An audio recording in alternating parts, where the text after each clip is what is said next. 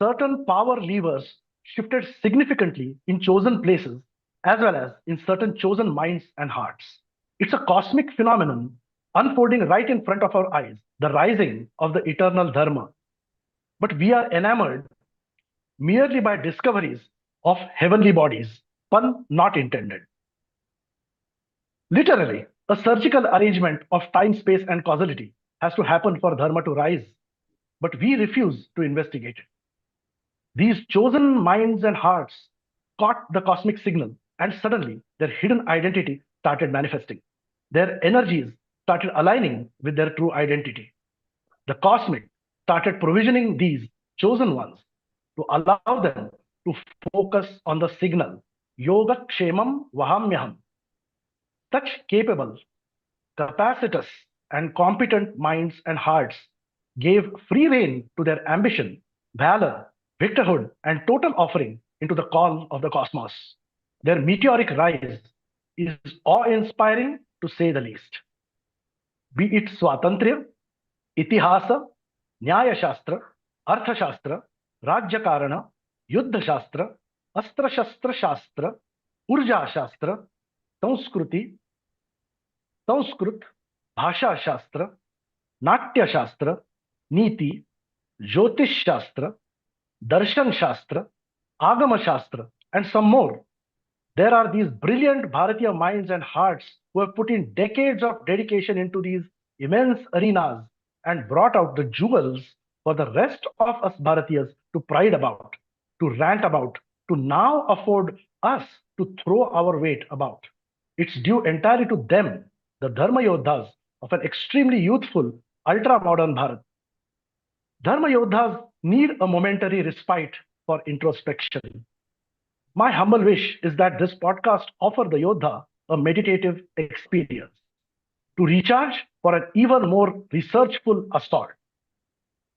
Please join me in welcoming most humbly but ebulliently one such Dharma Yodha of global reckoning, Shri Nilesh Nilkantha Oak, to today's podcast, Unraveling the Chronology of Nilesh Oak's Spiritual Life, a living case study of 24 karat Aryatva. Nilesh, your comments at the outset on your agreeing to a podcast of this nature. Namaskar. So, Anant reached me. We know each other for a while, and explained me about his initiative that he is doing, and asked me if this is something I would be willing to or enthusiastic about. And Anand can tell you, I immediately said yes. It's just a matter of the timing and when to do it and mutually convenient time. So that's how the yoga has to happen. And I'm here. Anand, back to you. Okay, thank you. So, dear viewers, we now wish to begin making some leading statements to exhort Nilesh to share his spirit with us. So, Nilesh, let's begin the podcast. So, the first statement that I would like to make to you, and from which every seeker of any kind, of any Shastra or Kala is interested, is that moment called the birth of Jidnyasa. Please. What I will say is, uh, truly, I don't, I mean, if you would have asked me how it came out, I wouldn't know, but it came. I know that was a fact. And we might have to go to Bhagavad Gita, like 17th chapter, so Trivida Bhavati Shraddha Dehinamsa Swabhavaja Satviki Rajasi Chaiva Tamasi Chetitam Shunu. So it's our Swabhav. Now that Swabhav comes from, I don't want to go too deep into it because even if doesn't matter how deep you go, ultimately we will end up saying, so for example, we will say like a Prapta Karma and whatever the karma we have accumulated and whatnot. But after discussing as much as we would like about the karma, ultimately we have to say karmano gana gati. The ultimately the nature of karma and how it affects us and how it formulates us is difficult. Difficult to say. I mean, we can understand some of it, which is also true for understanding ourselves, understanding cosmos. But the other way to describe it is there is no one path. That's the beauty of a Sanatana. And for example, Bhagwan Krishna describes four types of devotees like Artha, Jidnyasu, Artharthi, Jnani cha Bharatarshava. And because your question is about Jidnyasa, and I would say that very appropriately summarizes the emphasis of my research or what I have done, little what I have done. So I would say that is that path of Jidnyasa. It happens to be one of the four. That doesn't mean the other aspects are not there. It's just an emphasis.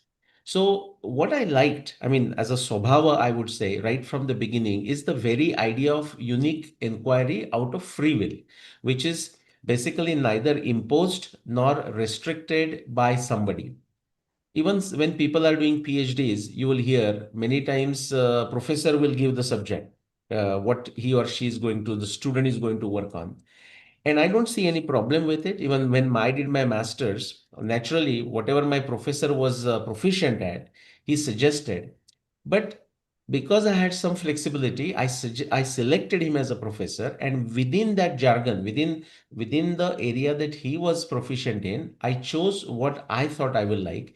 And we always don't have this freedom. So I will say this it has to come from the inquiry out of a free will. That's the ideal one. That is to say, it's not imposed by anyone and not restricted by the background. The background knowledge is required, but not restricted by dogma, not restricted by jargon. And I would say, for most part, I was lucky to have uh, teachers, both in the workplace, both in the education and after, which is to say, the social life, or you can say the spiritual life. And that's how I found every time I wanted, when I heard something fascinating, or when I heard of a problem that was not solved or not solved in a satisfactory fashion, I always felt the reason to do it myself. That is not to say I wanted to solve all the problems, because Anand, that is many times misunderstood. Now that I have Right. a level of micro celebrity, what happens is people will come and says, "Ki Nilesh, now you work on this and you work on this," and I would say no.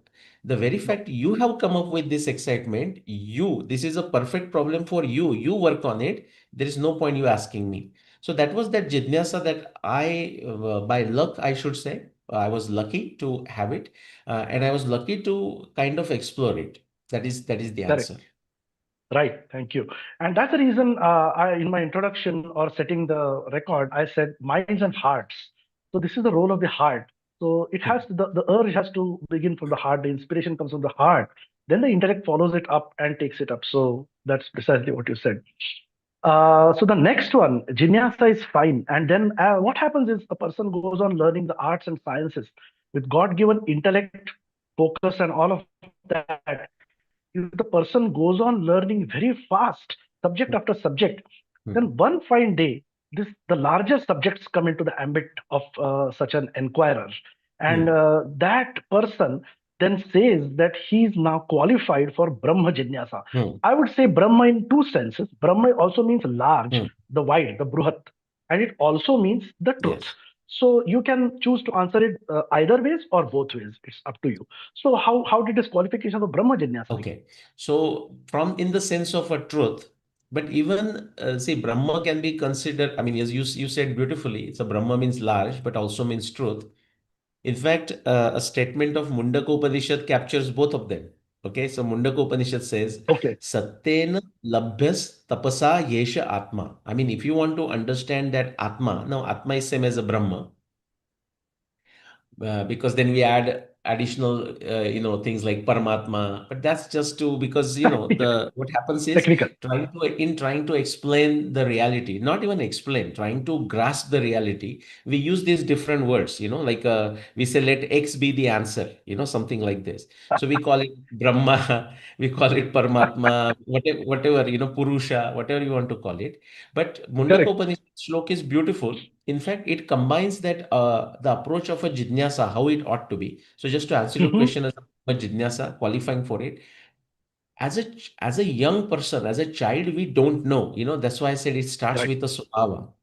I mean, we have come up with a package based on our past karma, let's say, but and we have come here for a reason. That's why we have come here. maybe unfulfilled desires, whatever it is, the lessons we have not learned yet. Now, how best we make use of that situation? And many people will say the conditions were not favorable to me and so on. I mean, me meaning to their individual. That anybody can say. In fact, what I say is be gentle to everyone you meet because everyone has a story. You look at Hmm. somebody else's family, and it looks like a perfect family, and it is. But the point is, if you go deeper, you find that they have gone through their own crisis. They have gone through their own Sure, challenges, and you and me know that very sure. well, right?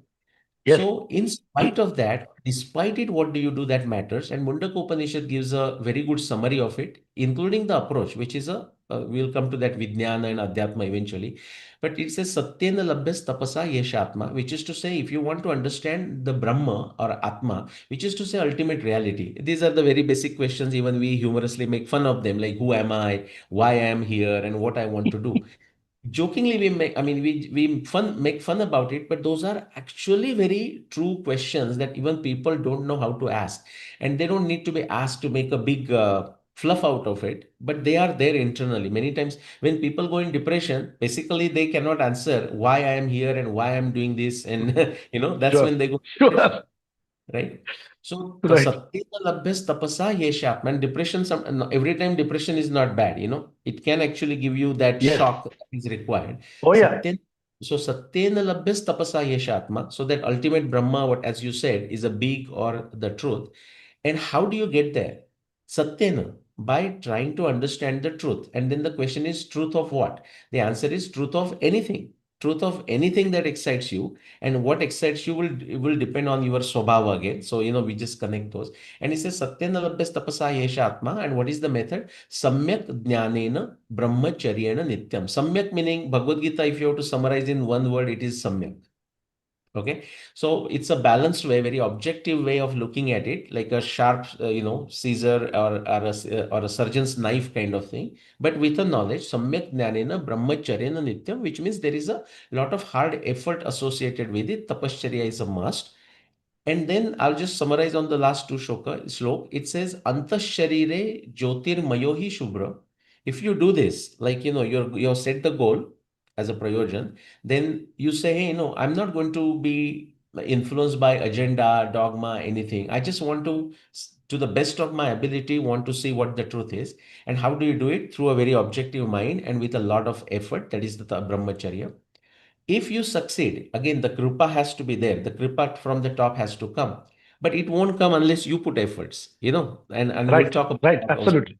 Yeah. So then it says, Antasharire Jyotirmayo hi Shubhra. If you succeed because of all these combinations, then you start seeing that Brahma. You start seeing Antasharire Jyotirmayo hi Shubhra, that Brahma inside and outside, of course, but inside also you start seeing it. And the last line, Anant, I like it very much. It says, Yam Pashyanti Yataya Shinadosha.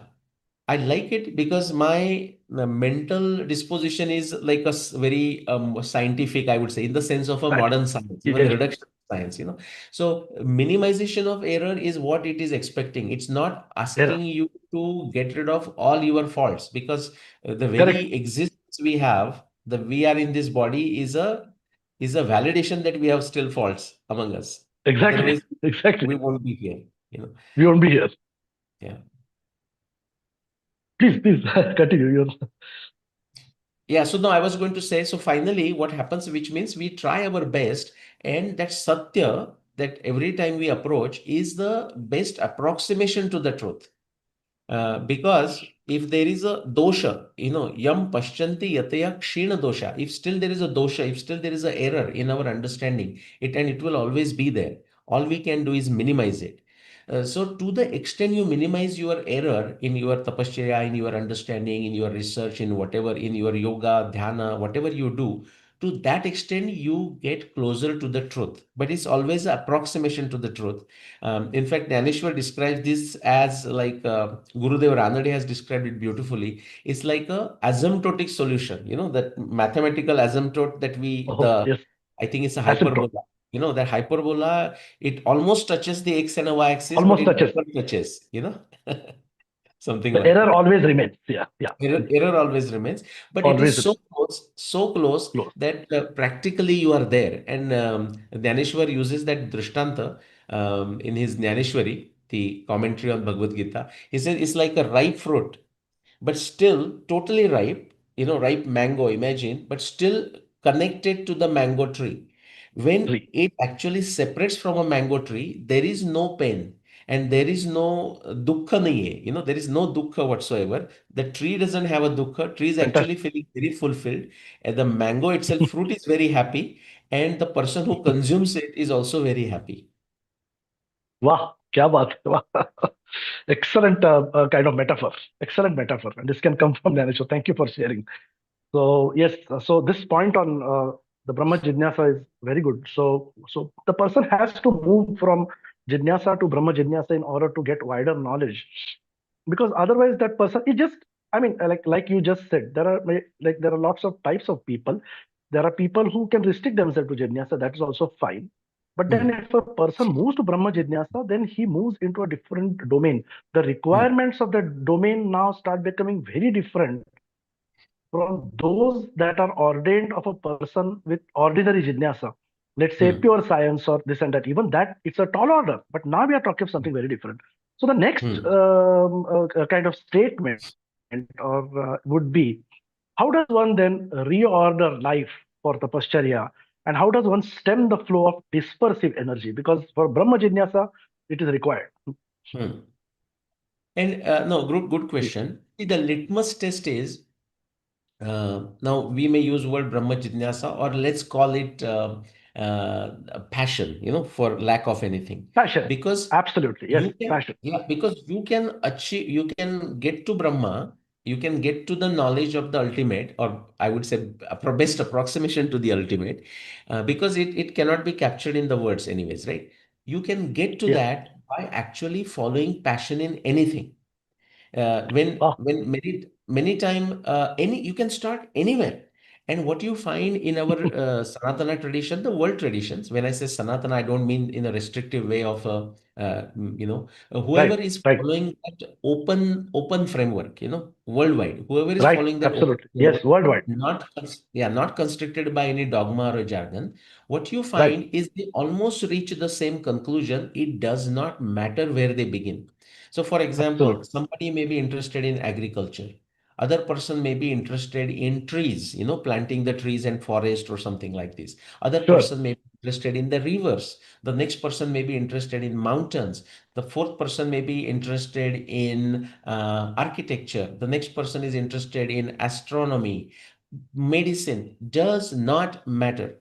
But are you Wow. really passionate? And to answer your question, how do you set up yourself for a tapasya, the basic creation of a background knowledge or understanding agama? That is to say, see, because to create knowledge or even to understand some knowledge, you need some knowledge. This is a chicken Oh, or yes. egg type of Weird. situation, right? So in Marathi, the statement is jnana is jnana हे सुद्धा ज्ञानगम्य आहे. So knowledge itself is ज्ञानगम्य. Without knowledge, you cannot even understand knowledge. This is a part that is lost on people. But to just give a short answer, and I'll give you a brief additional answer because I get people asking me every day this same question.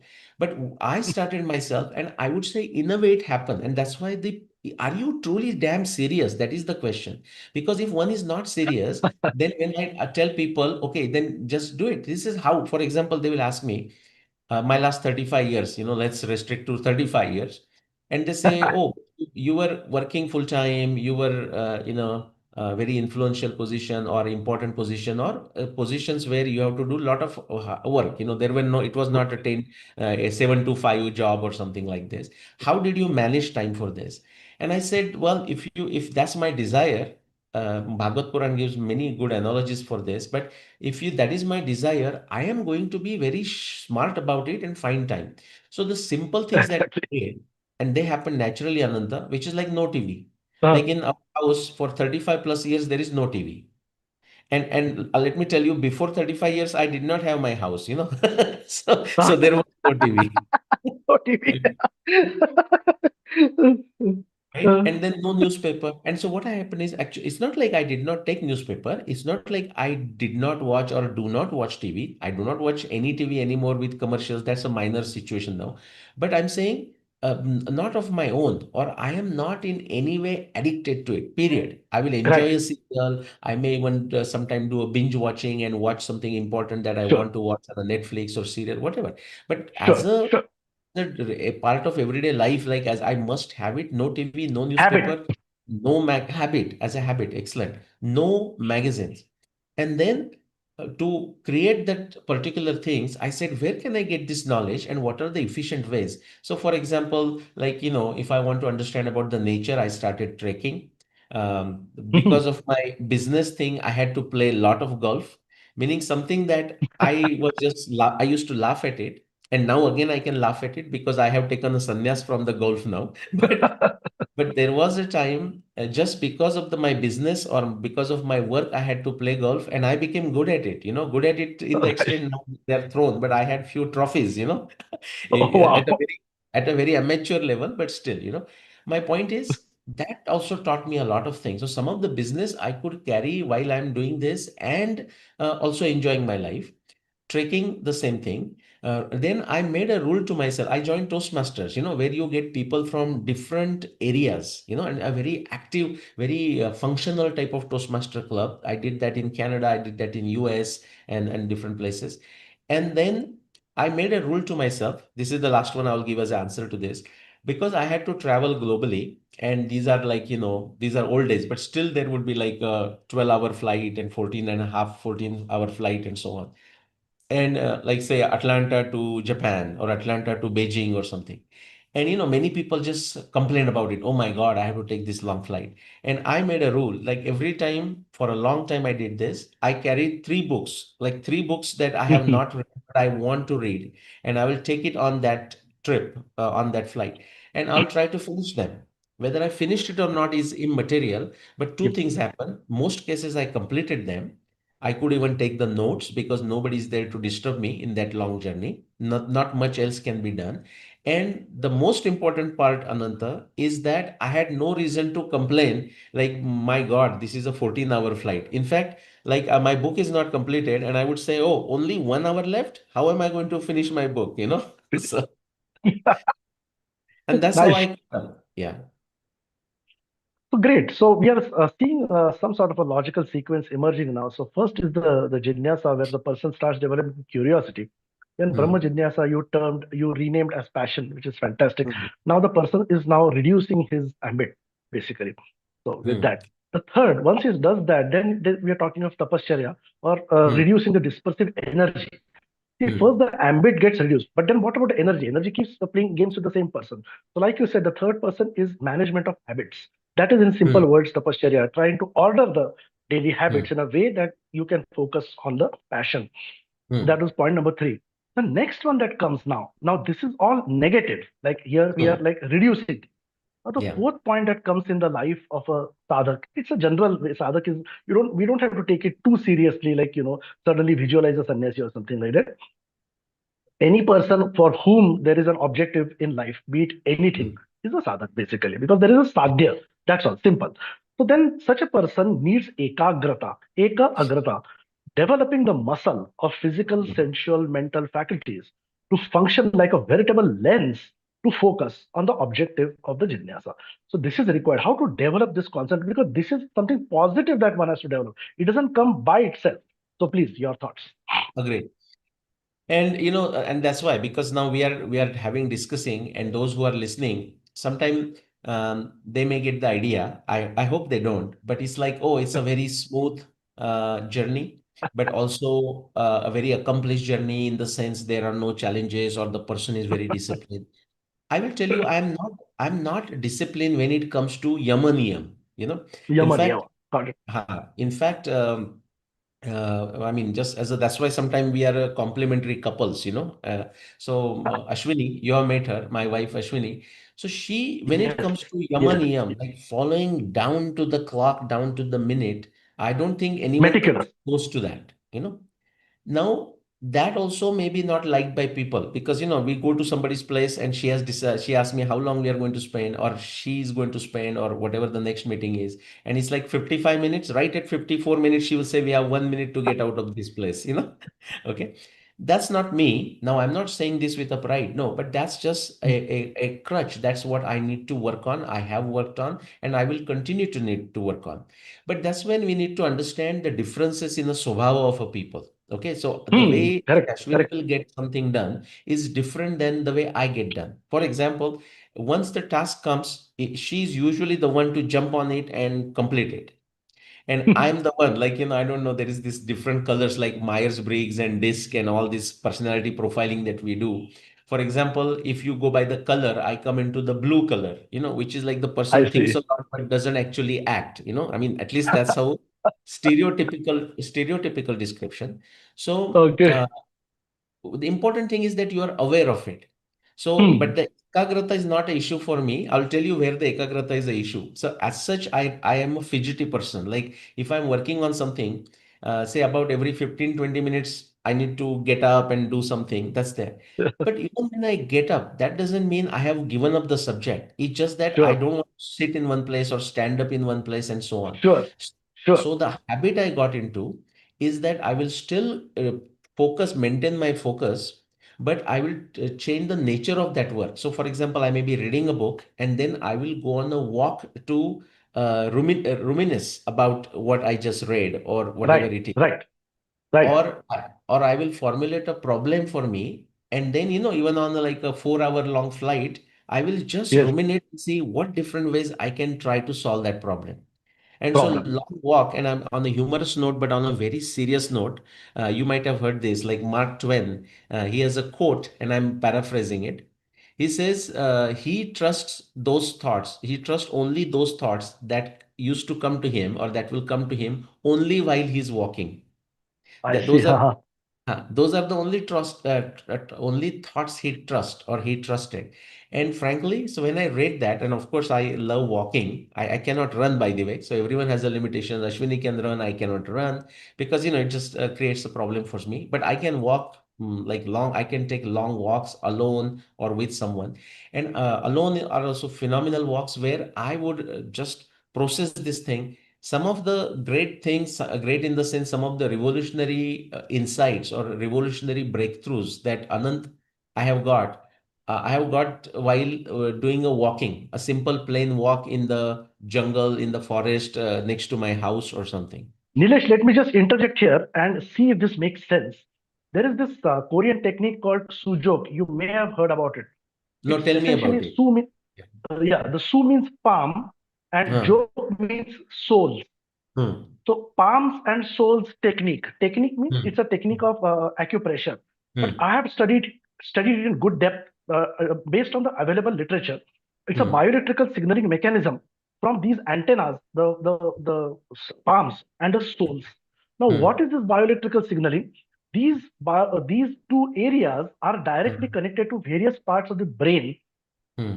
and the simple things like clapping your hands or Hmm. walking is Hmm. what it is doing is actually balancing the neurohormonal secretions, because these Hmm. tips are connected to the frontal, parietal, temporal, occipital lobes. Hmm. The center is actually connected to the hypothalamus, and the Hmm. stem is actually connected. The stem of the palm is connected to the brain stem. Connected Hmm. means it is signaling to the brain stem, Hmm. and these areas of the thumb and all, they are connected from the brain, neck, heart, and then lungs, and then finally up to the neck. The Vishuddha Hmm. chakra is here. So that is the Hmm. center of respiration. So it all makes sense why a child claps his hands in happiness, why a person, when he is has inspirations, paces up and down. So these are very natural things, and these are very beautiful. What you explained makes perfect sense. Yeah, and I learned something which all of us learn every day, and one must learn. Very interesting, and I did not know about that at all. So yes, but that's what happens. In fact, when I go for a walk, initially, you know what? It's like removing the clutter. My first 30 minutes, 40 minutes would simply be like a processing what's going on in my life, work, and everything. Especially when it was a heavy corporate work. it Right. was only after 30-40 minutes I'm free from them. So instead of resisting it, I will just think through it like, okay, this is that, and I'll put it back, family issues, whatever the issues are. And then after 30-40 minutes, finally, it's like a smooth flight, and then the I would say the magic happens. That's my experience. Excellent. Excellent. So we talked about ekagrata. So that was the fourth logical thing, that after the person reduces his ambit slowly, I mean the physical ambit, then Hmm. he kind of starts managing his or her habits, and then he starts a positive process of focusing. Now again, Hmm. like you yourself said, ekagrata does not typically mean that is our school day instructions, that sit in one place, don't fidget, don't move, then only. So this kind of concentration is not the only one that is expected. Like you said, चालता बोलता न mode ते आसन. Great Yeah. people have told us, चालता बोलता न mode ते asana. That is the Wow. real asana, where Very true. walking, doing, Very true. this is Swami Swarupananda's words, so they ought Hmm. to be powerful. आणि न भंगे ते मौन कदा काळी. So the silence that never breaks is the one that is real. I mean, so so this is what you exactly worded, that one can get into creation in while outside manifesting in very many ways. So that is Hmm. the secret of real concentration or ekagrata. You talked about it. Now the next one, which is something of the heart, essentially. Now we talked of the mind and the brain and general disciplining the senses and then focusing. That is one. Now the next one, which is a slightly tough one, a slippery one, is the subject matter of shraddha. Hmm. So shraddha is something I believe that every human being is born with. He or she Hmm. just has to discover that yes, Hmm. I was born with this shraddha. And we have a habit of translating every Sanskrit word to English and then trying to understand it. But like you yourself have said in so many of your lectures, talks, and explanations, try to understand directly from the Sanskrit etymology, things will be understood much better. So please tell us something about Shraddha. Okay, well, as you said it can be slippery. Well, actually, I mean, it is slippery, but it is actually very simple. That Shraddha, and because now we are talking Shraddha, let's talk about Andhashraddha. So that's actually, you don't have to say Andhashraddha, because Shraddha by definition is Andha. Okay, because Andha. you're trusting some source, whether it's a person, Right. whether it's a book, whether it is like this. And as you said, right from the childhood, see, just a baby, and you hold, so baby in the mother's stomach, the baby is like, cuddled there in a cuddle shape there for 9 months. I mean, once it's formed, not all 9 months, and it's like that. So that memory, almost like it feels very comfortable there. And so now when you hold Right. them like this afterwards, they become comfortable because that is their experience, and they say, ah, I am in a very Memory. peaceful place and comfortable place. It's same thing happens because the child. I mean, I have seen this with my own children, but even other children that I have raised, you can say, while going in school. Like, so they are with me and very comfortable. But when their father comes, now they are more comfortable with the father. And when their mother Mhm. comes, more comfortable with the mother, so they have also hierarchy in terms of their Shraddha. So Shraddha is basically by definition blind. And as you said, it is intrinsic to us. It naturally comes to us. And harvesting that is very important because Wow. Patanjali, Bhagwan Patanjali has a sutra.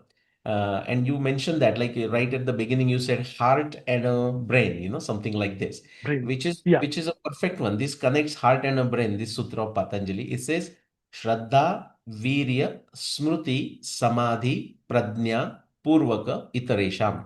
Like somebody are just born prodigies kind of thing, Shankaracharya and Jnaneshwar, and we can add many names to that. But those who don't come like this, let's say, they come with their Sanchita karma in a certain fashion, but now they need to make progress. I mean, everyone needs to progress. How does the journey begins? And says, hey, it's like all things lost. No, the journey begins with the shraddha. Shraddha virya, the virya is that tapasya. Shraddha virya smruti. Smruti is like, instead of trying to find out everything on your own, in the sense of like questioning everything. So jidnyasa is good, but jidnyasa is different than a samshay, and especially the samshay Sure. of a mind. Okay, so Jidnyasa is you are curious, you want to find the answer for yourself, you want to validate what other people are saying, but that is different than a samshay. Okay, especially the samshaya of a mind. It is actually rather a samshaya of a buddhi, meaning you something that is not explained. You say, Yeah, that's very interesting. Like, how's this possible? And we see, there is a difference. One person says, how's this possible? In the sense, this is impossible because I don't understand it. That is the understand. samshaya of a mind, that is the samshaya Krishna is referring to. Adnyasya ashraddha dhanasya samshayatma vinashyati. It will destroy you completely. But then there is a samshaya of a buddhi which says, that's interesting, but somebody has said it. I mean, all I'm doing is hearing it or reading it, but it appears to be somebody's experience. Can I replicate that experience? And that leads to that jidnyasa. Okay. So, people come, and I'm saying Shraddha can be in the book. So, on the mother, it starts with, that's why we say Matru Devo Bhava, Pitru Devo Bhava, Acharya Devo Bhava. So, it was my mother, like, who introduced me to Bhagavad Gita by Vinoba's Gitai. And by the way, when you said Swarupananda, you meant from Pavas, right? Like the Abhanga Jnaneshwari? Power Swarpan.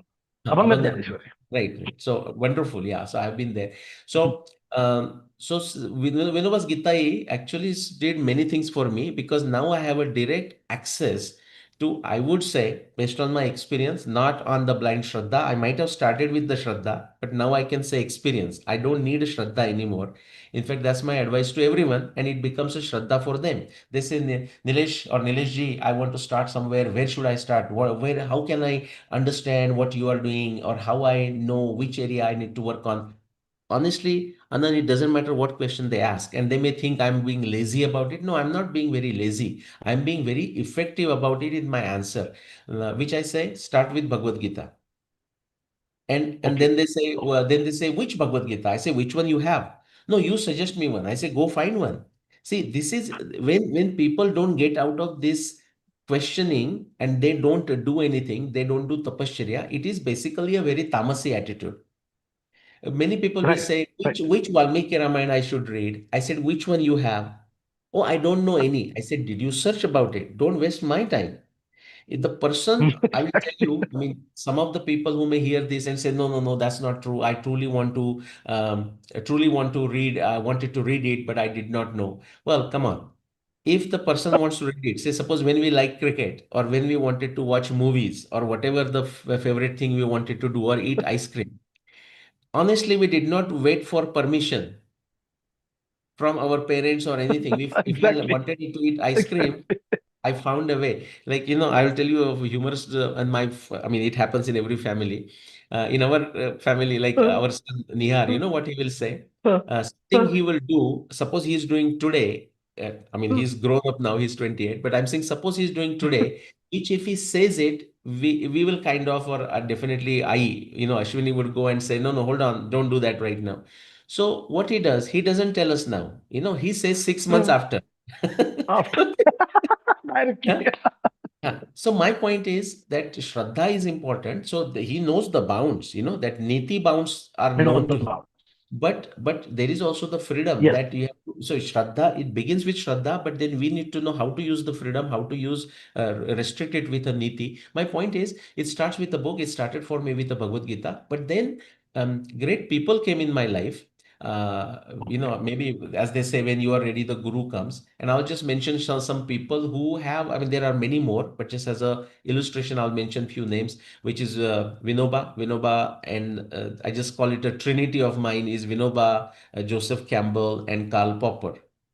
Okay, and then Okay. people may know Okay. these names, and if they don't know, that's fine. And but people say, oh, three names, and say, well, if I have to just keep only one, it's very easy for me. It's Vinoba. Vinoba. Okay. Okay. I see. I see. Great. So actually, for me, as of course, I mean, like I went through the entire this Dhaneshwar Maharaj, Swami Swarupananda, and other greats, learning at their feet through their works and stuff like that. That Shraddha is okay. But I will tell you where I got my real Shraddha. It is coming from Christopher Hitchens, like you yourself said. He's your hero as Yes. well. I mean, he's mine as well. The Yeah. real Shraddha comes when you are brutal to yourself, to your own Yes. beliefs. Only then the real Shraddha comes out. I mean, Hmm. unless you give yourself the hitch slap. I mean, the hitch slap used to go out to others, but I'm very Yeah. sure that he used it on himself many more times than on others, and that is why he was what he was basically. Yeah. So Salman Rushdie. Salman Rushdie is another guy from whom I learned a lot about real Shraddha. I mean, look, when a Hmm. person wants to learn, he has to learn the right things from in the right person and then leave the other Hmm. chaff away. I mean, but what I'm saying is when one wants to question oneself, then it's a different matter altogether. Rather than believing in something, Yeah. what if I do not believe in myself? This is a different ballgame. That is real Shraddha, I believe. Any comments? Hmm. Correct. Well, no, I mean, the comment, no, no, you said it very well. My point is that I would put into like, so Shraddha is like, when you do something that because Shraddha is blind, you have to do it like, trust it. Because right when you are trying to acquire the knowledge, there is no point questioning it. So I'll give my example. Like, and this is useful for many because many people tend to go into a certain sampradaya, and things like that. Oh, And I'm yeah, saying it has its value, So, what people may able to relate it right now. So I will say there are many, many sampradaya, Say for example, in the Maharashtrian context, like not as a sampradaya, but say somebody will be a Swami Bhakta. Another would be, this is not quite a sampradaya, but a certain thing, Gajanan Maharaj Shegaon. Somebody may be Janma. a Bhakta, like as a Ishta Devata. Somebody may be into Sadguruji. Somebody may be into Sri Sri Ravi Shankar, and on and on. And, I would say some people stick there, and that is also fine because it is That's okay. appropriate for their situation, appropriate for their Yes, swabhav. The yes. problem happens when we try to prescribe and proscribe, for others, and that Correct, is the correct. and that is the danger. You That know, is danger. I can only simply share what worked for me. For example, just Exactly. on that context, Anand, I will Yes, say I mentioned three names, right? So Vinoba, yes. Joseph Campbell, and Karl Popper. Karl Popper. And then eventually I got to learn about their life. So I have read their biographies, and if there was autobiography, I read those. I have read their intellectual biographies. And actually, after knowing so much about them, so like Karl Popper, one of his student, an Indian student, he's now like a 92-year-old, Mhm. based in UK. And I had what do you say, a luck of talking to him, and he said how, I don't know if that's the right word, cynical, how crazy Karl Popper was. Like it was crazy to work with him. And that can be said about possibly Joseph Campbell, not as much, but still a tough guy. He was tough on everyone. Same thing with Vinoba. By the way, when I talk of Vinoba, I should say, I actually doesn't need to be said because if somebody doesn't understand it, that person doesn't need to know it or won't understand it anyways. But when I talk of Vinoba, for most part, I say Vinoba minus Gandhiwad. You know, uh, Correct, correct. Like I but said, we take but what we people don't want from that understand it. best. Yeah, Yeah, but people got it. don't necessarily understand it, and they get stuck with Ha, Gandhi and they don't listen to ha, anything I'm going to say after that. That's exactly. why I just mentioned it. Right? Correct. So what I say Right. is these three people, somebody asked me, oh wow, these are your three folks, because in America everyone knows Joseph Campbell, kind of the whole science philosophers, theoretical physics guys know Karl Popper. Vinoba is known in the Indian context and the world context. And they say, oh wow, that's very interesting. And I said, well, they all of them existed in the sense when I was born. I mean, they were there for a significant number of years. But actually, Anant, you may find this fascinating or funny or whatever, weird, but I feel happy that I did not meet any of these three. Acha.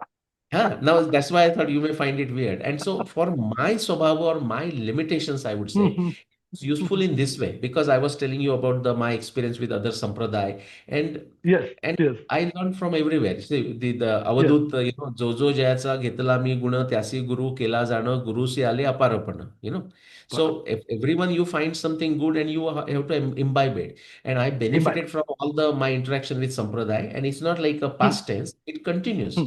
Continue. So my, Exactly. my connection with ISKCON is for 40 years. My connection with Chinmaya is for 10 plus years, and very closely in the sense social influencer, whatever, with Sri Sri Ravi Shankarji or Sadhguruji and so on. But when something I do not agree with or something I find really not correct, to the best of my knowledge, I openly talk about it. It doesn't matter about who. you know. Exactly. So Exactly. that is the context I'm saying. So I say I feel consider myself very lucky that I did not physically meet Vinoba, Joseph Campbell, and Karl Popper. At a certain level, Ananta, I will tell you because I know you have taken a certain path and that has benefited you a lot. Yeah, absolutely, it would have been fascinating. But on a second count, I will say two things that I actually feel like I met them, meaning I don't feel Nice. that I not physically met them. On the other hand, I consider is the best of both because if I would have met them the way my mind works or my critical mind or whatever you want to say it, I might have seen some faults in them in a personal Right. meeting or certain stuff, and that might have reduced my respect or shraddha or that for them. So I got them without the any negative baggages if there was any. That's what I mean by that. Right, right. So this Long answer. very, Hmm. yeah, no, but this very interesting aspects of the Shraddha, right? You talked Yeah. about Andha Shraddha. Then Hmm. the I talked about Shraddha of disbelieving in oneself, like the Christopher Hitchens way. You again Yeah. talked about Shraddha of kind of looking at the right things in a person, learning and executing on that rather than sitting on it, basically like you said. And Yes. like you said about Vinobaji. So essentially, and you also said that it's a good thing that you did not meet some of them that might have exposed you to their other parts which you may not have, which may have impacted your Shraddha. But really, I'm telling you, I mean, this is Hmm. just like between man to man. The Yeah. test of Shraddha is actually meeting the person whom, let's say, you deified at one phase of your life, then coming to a stage where, with utmost humility, with complete understanding and surrender, one can put forward one point which you feel is absolutely true, and what the person Hmm. or the master or the person that you deify is saying is out of context in today's times, or is actually wrong, or it may be unjust as well. So it takes Yeah. courage, and actually that deepens the Shraddha, because Huh. that is the test of Shraddha. Yeah, yeah. No, I will tell, That not is the right test now. of I will Shraddha. tell you about that also. But I mean, no, you said it Later. beautifully. Yes. Yeah. One thing I just want to add, just to close that Shraddha aspect, is just like Shraddha is Yeah. blind, Yeah. Ashraddha is also blind.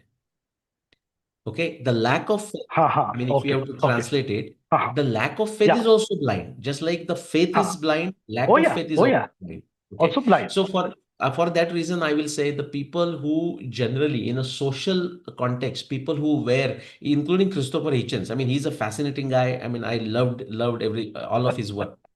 But even to him, I will say the Richard Dawkins, like if you have to take the West, and here you will see Dawkins. public Yeah. Yeah. lectures in an Indian context, doing amazing work, but they will say, "Oh, I'm a atheist." Ha. So, They will take a and I left would say, stand. They will take a stand essentially. huh, no, no, but my point is, I mean, this is just my 2 cents. Anyone who sort of has to wear the badge saying I'm an atheist, Badge okay, just like somebody has to wear a badge saying, "Oh, I'm a very religious person or dharmic person," kind of thing. person. Basically there is a complex, Correct. the person Oh person yeah. has Oh a yeah. complex and Absolutely. trying to cover that. Absolutely. That is my two Sure. cents. So No, go no, no. ahead. It's Yeah. you're absolutely right. That was my same observation about Christopher. I mean Hitchens as well as Richard Dawkins. Same thing. They called themselves such and such, which actually I felt very tragic. They were limiting their ambit. They were limiting their possibilities by saying Yeah. so. Anyway, Yeah. so and they are great people, but we are just saying. Because So I will interject because in a way they were much closer to what we would consider adhyatmic people and spiritual people in reality. oh yeah, Right? of course, they were the real ones. I always say. So let's move forward beyond Shraddha. And so now the part of the heart begins. The domain of the heart now starts manifesting in this person. And then he starts feeling himself stepping into the phase of what they call as mumukshutva, Huh. or commitment to pursuit of excellence. Right. This is how I have translated, interpreted it to the best of my knowledge in a most generic way. Hmm. Instead of saying that a person who is after truth, a person who is a sadhak, no.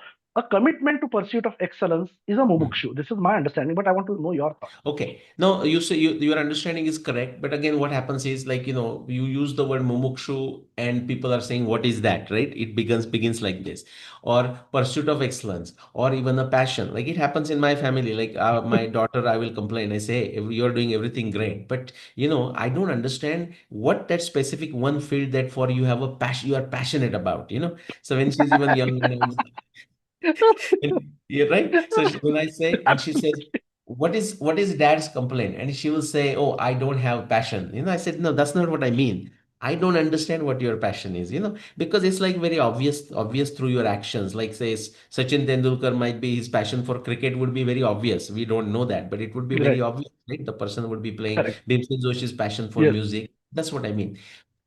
To get to the commitment to pursuit of excellence, this is now I'm telling you, this is once we do something, this is in retrospect that we say, hey, that's what worked. When we are Correct. Of course. doing Of it, course. Yes. huh, I cannot One say, hey, doesn't let know. me now have a commitment to pursuit of excellence. Nobody thinks like that, Oh right? no, no, Right.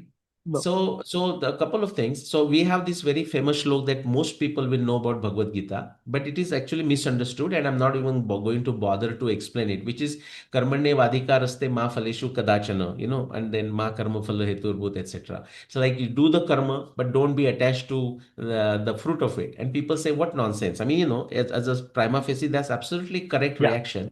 Like I'm doing the karma, but not taking the fruit. Again, I don't want to go into explanation, but in a simple way, sattva, raja, tama, that the three modes that, Mhm. the swabhava that Bhagavad Gita talks about, it's a simple way we can explain it, which is to say, a Rajasi person says, if I do the work, I must get the benefit of it. A tamasic person says, if I'm not going to get the benefit, I won't do the work. A sattvic person, that is the minimum one must achieve. He says, I am going to do the work for the heck of it, for its own pleasure, and I know I will get the fruit of it, but that's not the reason why I am doing it. Because it's like saying, we are going to a vacation like Switzerland or Manali or wherever, but the whole planning of that journey, planning of that vacation, booking the tickets and getting ready and packing the bag and going to the airport, even through a crowded traffic and whatnot. That is all part of that vacation, because you are in a vacation mood. You are in the vacation, not when you reach Mood. the destination. Journey is the Right. destination. When somebody understands Right. that, that is in the mode of sattvic, you are not waiting for the fruit. In fact, you are neutral, or you can say indifferent to the outcome. And that I can tell you by luck, again, by the kripa, I had that experience multiple times last 35 years in corporate world, in the research, the kind of research I am doing in my everyday life and everywhere. Nice. You explained it very well, very in very simple terms, and that is what happens when a person who has actually practiced it, this discipline or this way of living or way of thinking, or actually executing these eternal principles for decades. That such persons are able to explain in very simple terms. So you explain to us mumukshutva, thinking about the journey and the goal as one. Like they fuse, and then you go Yeah. into that ASAP without waiting for some final thing to happen. You get Correct. into And it again, immediately. That yeah, is again, sorry, Ananta, I just quickly mention sorry. Dhaneshwara's analogy to it. And again, Dhaneshwar uses this very Ha, beautifully, ha, which is to say, it is okay for a seed. Like, what is the purpose of a seed? Is that it turns it into, germinates into a plant or a shrub or herb, whatever, right? Let's say tree. And so, what is the purpose of a tree? Well, it's to give shadow to others. I mean, you can just go on and give flowers and fruits and so on.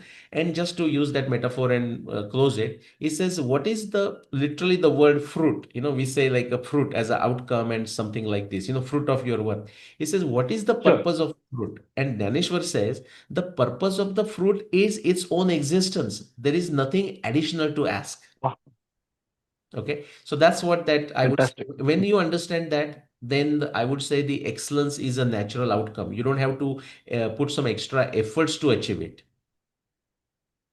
Absolutely. But then such a person has actually experienced these words of Jnaneshwar Maharaj, that this fruit is so beautiful, is so Hmm. tasty, is so Hmm. good. I'm not saying bhog of the fruit. I'm saying that when a person does something, when he reaches that level of excellence, I'm saying the experience that comes into his being by reaching that state, he has tasted, and then he says, it is for that purpose that I'll do it in an excellent way, or I will reach Hmm. perfection. It is not Hmm. to show somebody to get some ROI out of it, nothing. Correct. I'll experience that state again and again and again, even by making tea, even by serving others something simple things also. What the one does perfectly, and to experience that state, very beautifully said. So we had this thing about mumukshutva. So the next thing is essentially now what happens is something called shuchita is said in yogic parlance or in the parlance of sadhana. Is Hmm. shuchita typically understood as shuddhata or antar shuddhi. But I personally, in today's world, I try to interpret this more as clarity. Like, Hmm. because you are in an active mode most of the time. Today, you are not going to be found in a static mode most of the time. Most of the time, you are going to be found in an active mode. So, essentially, the kind of philosophy framework I have designed for myself, as well as the execution framework, is one which is mostly catering towards the dynamic side. Static side is, of course, important. It is the seat of it. But you need clarity when you execute. So, what are your thoughts about Shuchita? You don't have to agree with me at all, but I want Yeah. your thoughts. Well, no, I will take the Purity. word as a clarity and do it. And the Shuchit, I mean, see, again, Shuchita is the right word, but again, for people's discussion, we must use because we are talking in English also, we have to use the translation in the sense of clarity. And that's a very good one. Yeah. Again, I have a temptation to digress, but I will not digress because that will be a very long subject. Recently there was a conference on the Tithi Shastrartha they did, which I could not attend because of my previous crazy schedule and commitments. And those videos are available. I will share with you afterwards. But what I find is these people, Okay. many different Mahabharata dating researchers, archaeologists, and epigraphers, and people working in many different methods, they have come together, they're discussing, and it's all welcome. But they did not have a clarity. I mean, you can see that in the videos also. So basically, they are taking joy that they discussed. I mean, another way to explain that is like suppose you have a mixture of say lentils mixed with rice, and you want to separate them. Okay, one way, I mean, the right way you is like you take it on the flat board and you separate. One side goes the lentils, other side the rice. But I have seen people doing it, and Sure. you may laugh at it, but I have seen it. Like right from this whole pile of rice, they are removing the lentils. The problem is you have got some lentils, but the rice you have got is still mixed with lentils. That's the kind of thing that if you want to have that suchita clarity in the thinking, also in your behavior, your see that happens in thinking, it happens in your action, and it happens to happen must happen with your mind and niti. But as a Sure. overall, I would say, in the research that I did, or that's what I'll focus, is basically what helped is the method of science. The scientific method, I Mhm. can say, yeah, because it holds everybody responsible. So, for example, the way Hmm. Sir Karl Popper, one of my gurus, I would say, the way he describes the logic of scientific discovery is a 5 point formula. And I'm mentioning it because it has a resonance with our ancient Sanatana whole dharma. He says, you have a problem, and to solve it, you use this framework. I have given a name now. In fact, one of my young guru, he's younger to me by 20 plus years. He's my guru, and he gave the name doubt clearing machine. Okay, his name is Kshitij Rai. Huh? He's 30 something, so he's like 25 years younger than me. Doubt clearing machine, which simply said like this: if you want to solve a problem, how do you solve it? It is a triangulation of explanation, prediction, testing in the context of a theory, in the context of background knowledge. So, if somebody is claiming that there is a problem that he has solved, somebody has made a revolution, somebody has made some improvement, innovation, discovery, whatever, simple way for that clarity, the word that you use, ask him or her what are the answers to these 5 points. So in the context of a theory, what was your theory? What is the statement of your theory? Right. Then, so therefore, what evidence you collected? Did you collect all the evidence? How did you objectively test it? And how did you draw the inference from it? And what are some of the things you took for granted, like assumed to be Granted. true, the background knowledge, Hypothesis. Yeah. Yeah. hypothesis. Take it as a granted, like as a background knowledge, like a Sure. agama, Like you don't Agama. question. You can question them afterwards, but not while doing this experiment.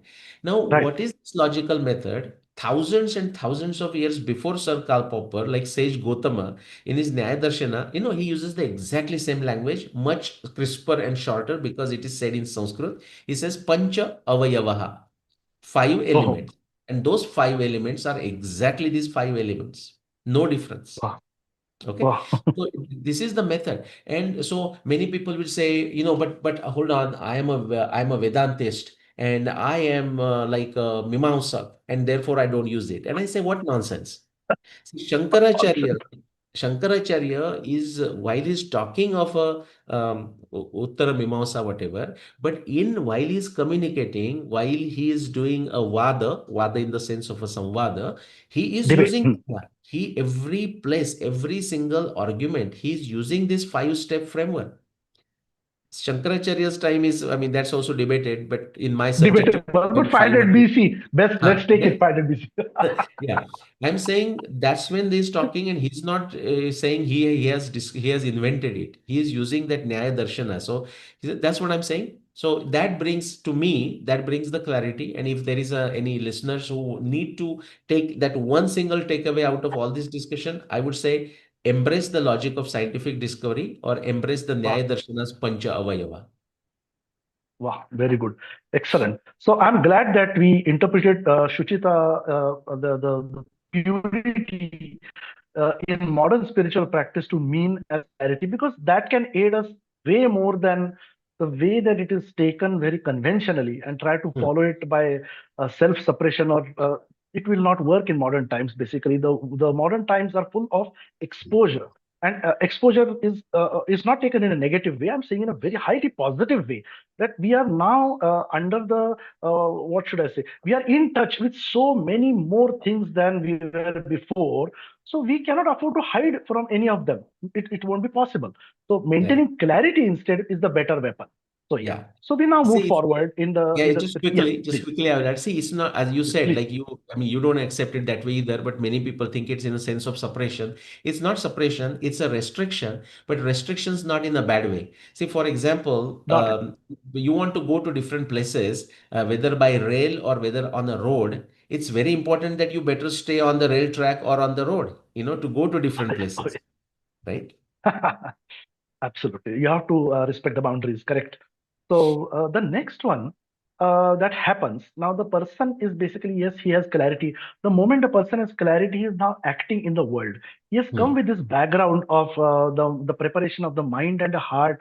He had this shraddha, he developed his jidnyasa, and then now he comes and starts acting out. Once he starts acting out his soul, let's say, he is obviously a different person, because persons with passion obviously are looked upon or looked down upon either ways, basically depending on what Yes. they do. Now, Yeah. isn't it? Either looked upon or looked down upon. So either ways, the person has to practice titiksha. Titiksha is, I would say, drinking the poison. Now, Yes. again, drinking the poison doesn't have to be taken literally. Everybody knows the metaphorical term drinking the poison. So not just welcoming criticism and critique, but also working on eligible criticisms for self-betterment. This is what I will interpret as titiksha in modern times. Your thoughts? Yeah. Okay. So I will say something that most people would able to relate to. Like in Marathi, we have this saying, "Nindakache ghar asave shezari." It's Cesare. you should welcome a person who is your critic. Who criticizes you just next door. Or in the family or something.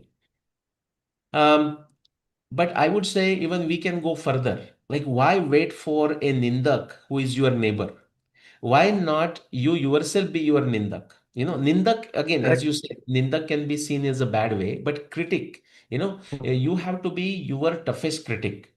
Okay, and it comes on a two counts. One is like whatever work you have done as a discovery, as an innovation, before somebody even finds any faults, any gaps, any holes in it, why not do it yourself? Like Sir Karl Popper has a very good quote. He says, when you come up with a new discovery, find holes in it yourselves, because if you don't, somebody else will. Yes. And that is also welcome, but why not do it yourself? Therefore, Anand, what I say, Yes. and people still don't get it. and they still keep on asking those rut questions, during after my talk Q&A. These days I'm limiting Q&As because I found the same I people know. ask the same question multiple times and still don't do a damn thing about it. This is how tamasi and lazy people are. Those who have intelligent questions, they don't ask even many times in a public place, or if they ask, you can see the sincerity when they're asking. But back to this. So why not be a critic of your own theory in such a way? Therefore, when people ask me questions, I said, before even they ask questions after the lecture, I say, guys, let me tell you this. Now they don't believe it. That is the problem. I said, there is no question that you are going to ask me today that has not been asked to me and that I have not answered. What I'm saying is, most of the questions have been asked by people, but if they have not been asked by people, they have been asked by me to myself Hmm, against my theory. And I have very good. successfully answered it. I am convinced about it. And therefore, I am coming out and talking about the theory. If somebody asks me, what is the time of Buddha? What is the time of Ashoka? What is the time of Chanakya? What is the time of Nanda, Maurya? Who else? Uh, I will say, Shankaracharya. Sushruta. I will say, I don't know. Not that I Mhm. have not studied this, but I have found no decisive evidence to limit it in a specific way. Therefore, I don't talk about it. But somebody comes and asks me the dating of Mahabharat, when exactly Mahabharat war happened, when exactly the Ramayana happened. I am going to say, I'm not only I'm going to give you the year, but I'm going to give you the month and I'm going to give you the day. And somebody says, but can it be plus minus 2 days? I will say no. No, Okay. it So cannot so be. Right. Right. So my point is, because it has gone through this Agni Pariksha of my own. Of course, it has gone. Hmm. Let's say Oh, last 15 years, people are grilling it in every possible way. So this is the one. But sure. I want to make a couple other quick points, which is like Yeah. that you already alluded to, which is like, say you start as an ordinary life like everybody else, but by luck or by kripa or by your own efforts and combination of all of this, which is Shraddha, Virya, Smriti, Samadhi, Prajna, you end up doing something useful, something innovative, something revolutionary. This is Joseph Campbell discusses this, describe this as a hero's journey. His one famous Oh, book is Hero with Thousand Faces. oh, So what happens is, you have gone out of the ordinary people's interest.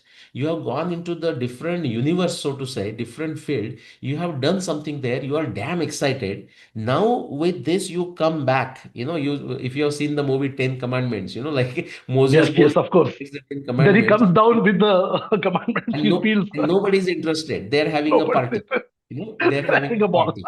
Right? Huh. You got Right. it. And this is a metaphor that you see This is a bit. everywhere.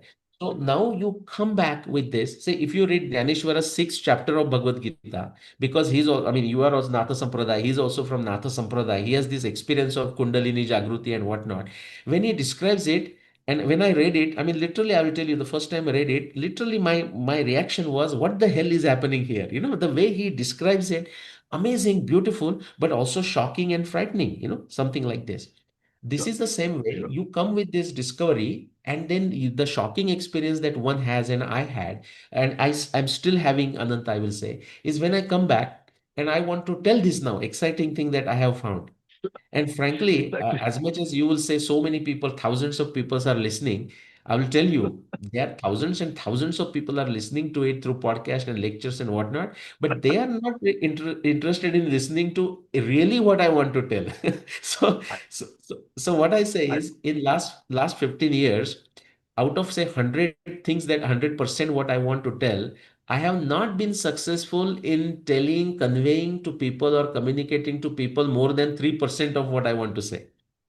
And that is the challenge that you internally have. And this is also, in a way, drinking the poison, because you are damn thinking of excited about telling this, but nobody is there to even hear or understand, comprehend, or get excited with you.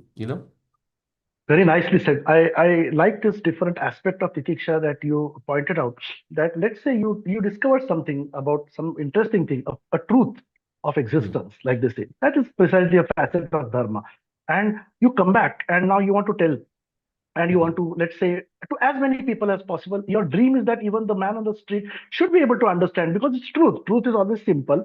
You're saying it Hmm. in very simple words. There's nothing very Hmm. difficult for that person to understand, but Hmm. still they are not interested.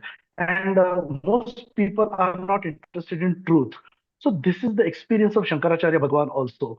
And Hmm. same with Buddha, that he told his disciple Ananda, go search in this village how many people are interested in Ananda, and then we will decide what to do. He said, not one person. He said, that's the fact. I mean, it's a Yeah. fact of, it's a pyramidal existence. How can suddenly Yes, somebody yes. want Ananda?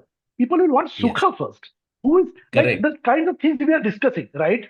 I also said this forward to so many people. They said, "Oh, okay, oh, spirituality of Nilesh Oak. You know what? We are not really interested. If he was going to talk about Mars or something like that, or you go to battle with him on 5561, then I said, no, that's not the point. Basically, the point is about where is the bottom of this lake, basically. So, but they said, no, that's not interesting. But that's a fact of life. That is what we have to dream constantly. Most people are not going to be interested in truth, and that is why we have to go on giving examples. I mean, we means, I mean, I'm talking about big people. I mean, people like you who are actually. So that is why you are doing this with stories, with anecdotes. So that is the only way that people will understand. So yeah. So we'll move forward Yeah. from Titiksha. You added a very good aspect to it. The next one I found, I was one of the scriptures, let's say, that I was studying on the way because I kind of I study Parshuram, Bhagwan Parshuram a lot, and I was interested in who is his guru. It is Bhagwan Hmm. Dattatreya. Hmm. And there is this conversation between Bhagwan Dattatreya and Bhagwan Parshuram, and it is Hmm. called a Tripura Rahasya, basically. Hmm. And there is this Jnana Kanda, it's a knowledge Hmm. chapter of this, but there are many kandas, chapters. Hmm. The Jnana Kanda is very, very, it is called Datta Bhargav Samvad. It's a Hmm. small, I think some 50, 100 pages, and in it, the entire distillation of Vedanta, but through stories, Hmm. only through stories. There is no philosophical grind there, and the stories cover the entire gamut from birth to childhood to pre-adolescence, adolescence, all the games that people play between 18 to let's say 40, and then thereafter, and everything, and lives of kings, our own glorious past. In that, at the end, he describes to Parshuram what all are the qualities of a sadhak. He says ultimately in one word, he says, oh, Maharaj, can you tell me in one word, one Hmm. quality of a sadhak? He says Hmm. tatparta. Ah. Tatparta. So Hmm. that is the hallmark of a mumukshu is undelayed execution of understanding. If you Hmm. really understand something, you act upon it. And this quality Hmm. is called tatparta. And this is Hmm. very, very rare, but you have gone through it, so you have experience. So please tell us about it. Okay. Again, this is some area where I mean, as externally looking at it, you will say I have gone through it, so obviously I have experienced it. But as to how to achieve it, Anand, I will say I will express my frailty. That I don't know. I would say I was lucky rather. So what I will say is I felt that it was not in my hand. In some sense, I was lucky. We're lucky in the sense the right resources came at right time. And I'll talk about it, Bhagavad Gita, but I don't want to talk about it here. Bhagavad Gita does talk about it. So when you create yourself, you prepare yourself, then the help will come you know actually so I for here just for this question of yours tatparta I will say by luck by krupa it must have come to me like so undelayed execution of understanding like see I will tell you actually I'm a slow learner. It takes a long time for me to understand something. No, you smile, you laughed at it. People also laugh. They think I'm like a very smart guy and fast learner. You know, no, those aspects would be there too. But I'm saying actually I'm a slow learner. However, there is a positive side to it. That slow learning. But once I understand it, I will not just go to impress someone. To that I have learned something. I'm very comfortable saying I don't understand it, like the modern smartphones and these all AI going very fast. I go and simply get help from somebody who is good at it. I can outsource that thing. That's how I have Right. many gurus. Okay. But I know, see, even to have a awareness what you are good at and what you are not good at is actually half the success. So Yes, yes, I would sure, say I've been sure. lucky and just a kripa. That's my answer. That I honestly don't know how that happened. I was just lucky, I would say. I think the answer you have given the answer. That is a person who takes the pains and the efforts to truly understand something Hmm, alone will be capable of executing the understanding. This is very, very clear. Most hmm, people are very, very shallow listeners. See, one thing hmm, is listening bandwidth. That is one prime area. But even if hmm, a person has listening bandwidth, the depth, the not just the bandwidth, the amplitude of understanding is also important. Not Hmm. just the bandwidth, right? The amplitude is also important. So persons with high amplitude of understanding alone can have this. Because see, the understanding of certain fundamental things is so potent, the person cannot sit idle. He will do something about it. Hmm. So let's say a person truly understands something, he is Hmm. going to act on it. So you Hmm. actually answered the question, saying that the answer to tatparta is depth of understanding. If a person really wants to understand something, after which he immediately act on it. So yes, Hmm. that's a great answer. Now the next one is after he is passing these milestones of titiksha and tatparta. Now a point comes basically that he or she is finding that now it's not a river. There are many rivers. There could be cross currents. That person can go this way, that way, whatever, and it's Hmm. becoming a Hmm. bit larger for that person to handle.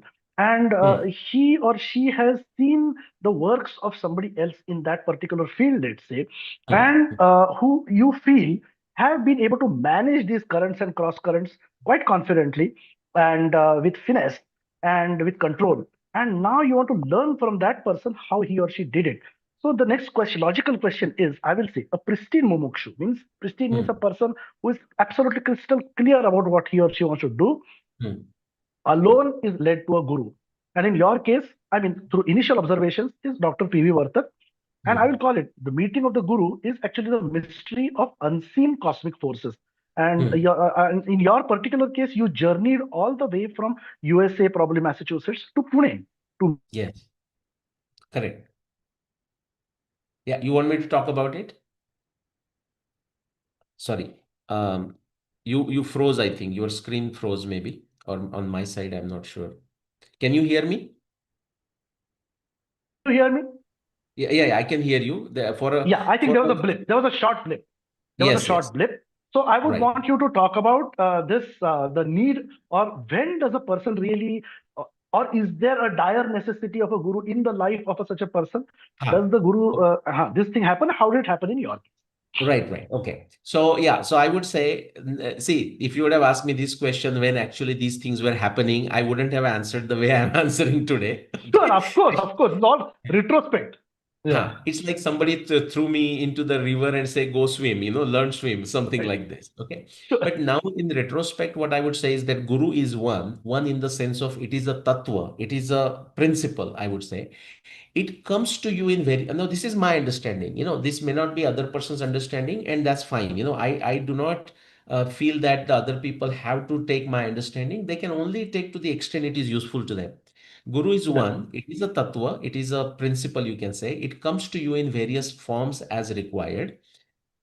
For me, for the significant portion of my research, especially that research for which now I'm kind of known, people don't remember my chemical engineering innovations. There are many. One day, I mean, I don't feel even excitement to talk about them, but Oh, oh, the theory of really? neutral solutions and so many others.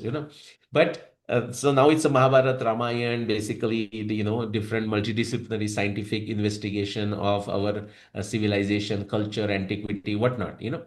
Um, so, anyways, let's take that. For that, my guru is, as you said correctly, Brahmarshi, Dr. Padmakar Vishnu Vartak.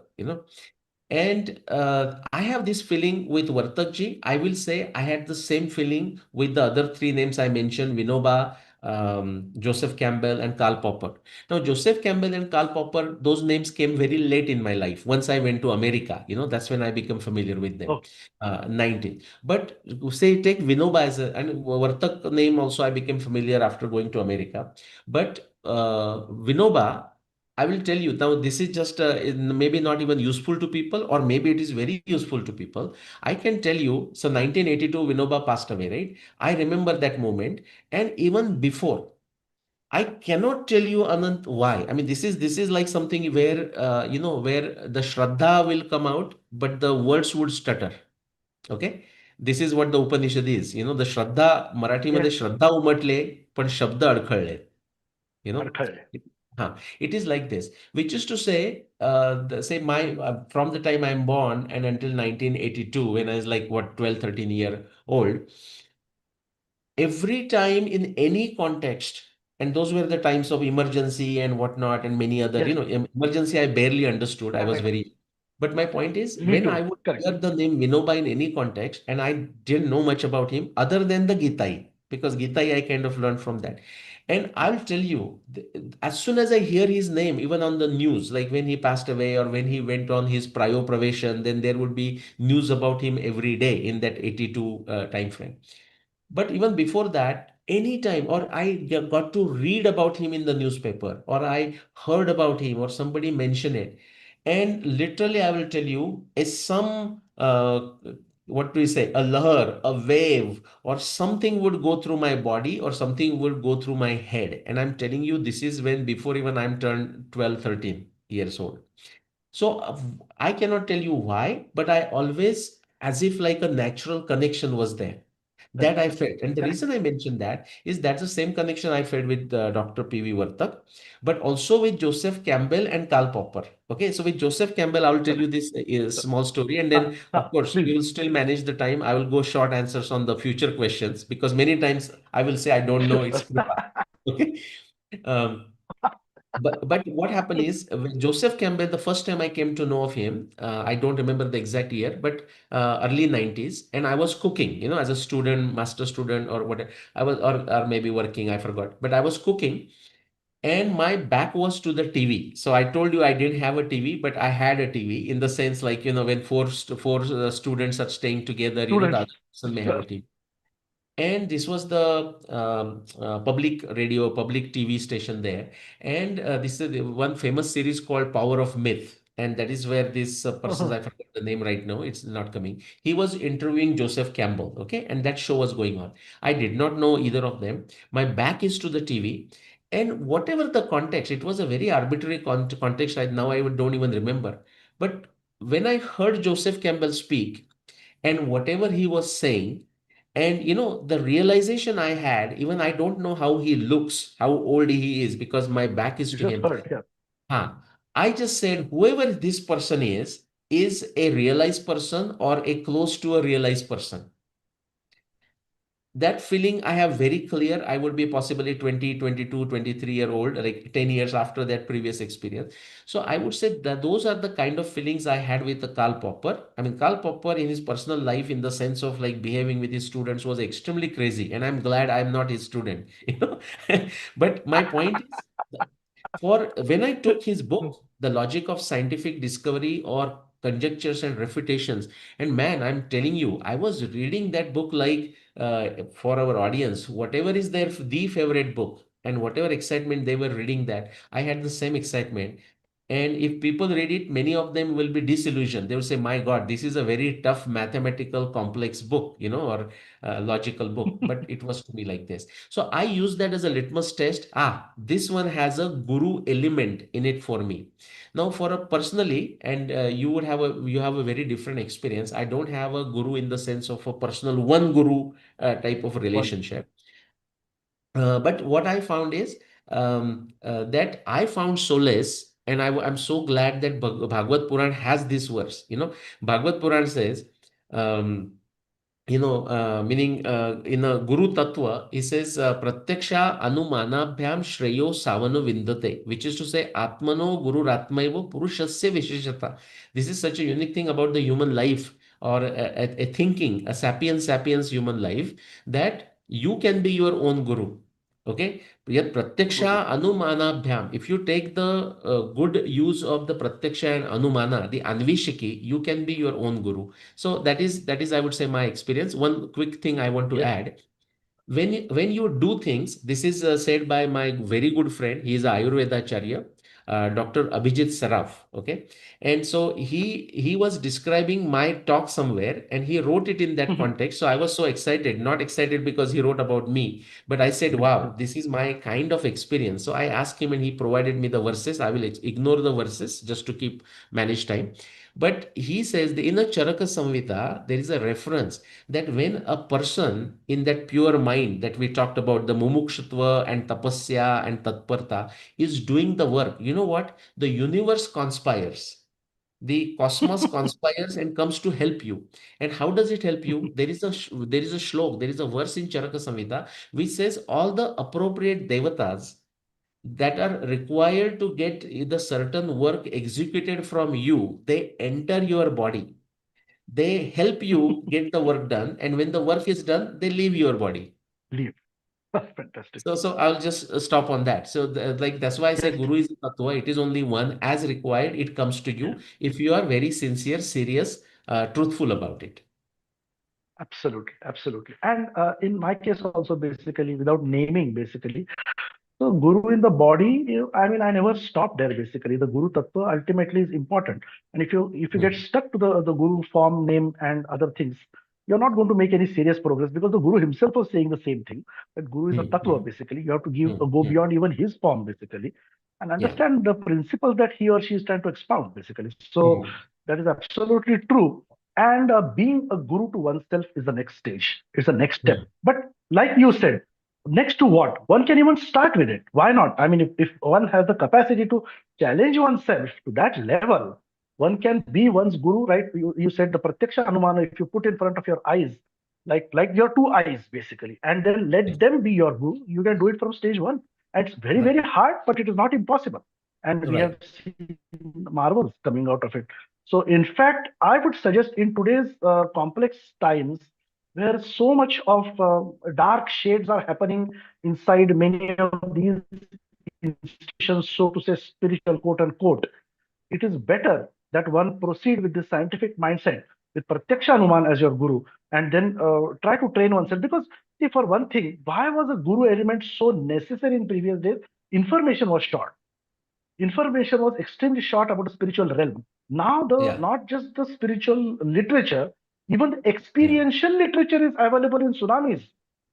Correct. So essentially, I'm not saying this arrogantly. I'm saying one can now afford to take the path of what you just mentioned of being a guru for oneself. One can afford. But just that nobody, people are lazy. They don't want to, challenge themselves. That's the only thing. And then they get whipped metaphorically when they go into such organizations because the same old people are there. The same old people are there.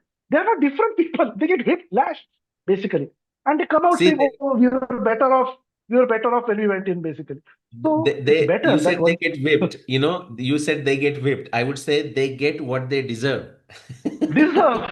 Now, what can they say? They come with fallen faces and say we were better than before when we entered. But that is because the glamour of this, erstwhile meeting the guru in a body and this and one has to think: is it relevant in today's times? Is it necessary? Are you really there? If that is true, then you would not need to kind of juggle all these institutions. You would Yeah. anyway get it. So Yeah. anyway, so this is a very important point. I mean, we may say that this is we are ready to move forward, but this is the exact point where most people get stuck, and they may very well ruin their lives if they do not contemplate this guru element properly. So we would want to kind of emphasize that if you be so adventurous, if you be so or courageous, then one can be one's own guru without being egoistical about it. So, and you mentioned the methods also. So then moving from there, now the next stage, and it is in consonance with what you said about being one's own guru, is Hmm. you need to tend the fire of what is called as non-conformance.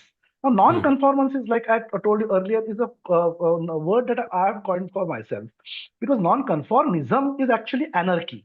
Hmm. The Kejriwal and this is the anarchy. But non-conformance is something which I feel is the closest translation of the Sanskrit word anabhisangatva. So Hmm. sangha, abhisanga, anabhisanga. So abhisanga is like trying to ride the horse till it dies. Basically, I believe in something, I'll ride it to its death. So Hmm. be anabhisanga. Do not try to be follow one mindset till kind of you become illogical in it. Hmm. Try to stay away from that temptation, remain in the realm of logic at all costs. So that is anabhisangato. So in simple terms, we call it remaining a rebel. Like Lokmanya Tilak, P.V. Vartak, and yourself, Nilesh Oak, you kind of, each of you guys, you studied the real works of your guru. You Hmm. found that the answer was matching because it corroborated with your own findings. But sometimes you found that the method was simply magical. They did not go through the rigor of logic, but they arrived at it somehow, and you found out where he had made the jump. You have yourself said. I'm not an expert, but you have yourself said that where PV Vartak had actually made the jump and arrived at 5561. Of course, I don't understand. Please correct me. And so also Dr. PV Vartak, how he corrected Lokmanya Tilak, saying that no, this is how he where he went wrong in his calculation. So this is the nature of rebellion that is required, truly required when you are one's own guru, or even when you challenge, you stand up to one's guru for the sake of truth. So you can share if you wish something on this. Okay. Yeah, no, I mean, a lot of things to share, but I'll try to keep it as short as possible. So one thing is how Yeah. you become this, how you get this anabhi sangatva, Many people are fearful that if they are wrong, and everyone will be wrong, that they will be made fun of. The Hmm. point is, it's not necessary that one has to be wrong in order to do something revolutionary, innovative, great, or something. However, unless one is willing to be wrong, one will not do anything original in life, period. Okay. Absolutely. This is Absolutely. what stops many people in their tracks. In India, I see this more than anywhere else. In fact, the greatness of America has come from the fact that even the failure is rewarded. Again, I won't digress, but I would say many of my 90+% of my failures in my corporate life were rewarded, believe it or not. Okay. So that's the fun of it. That's why I could do something there and anywhere. The second point is to understand that if, because see, Marathi is saying P halad ho gori, right? Everyone Ah, wants instantaneous success, instantaneous result. revolution, instantaneous innovation, instantaneous fame.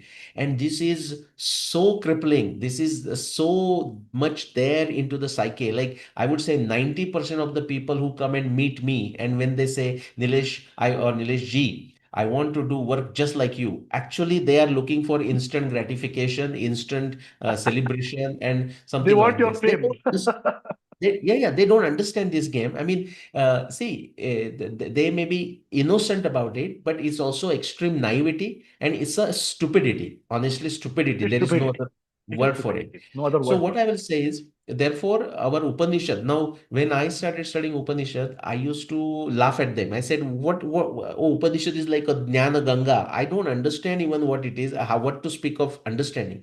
You have to give time. Your time has to come, Right. which means you have to have Right. this Yes. titiksha that you talked about, the Yes. perseverance, Yes. everything. But just Yes. to make that answer, the one good way of summarizing is to understand you are not going to get to the truth or even to the best approximation to the truth in one step. And the Right. best metaphor story from Upanishad is Bhrugu Varuni Vidya.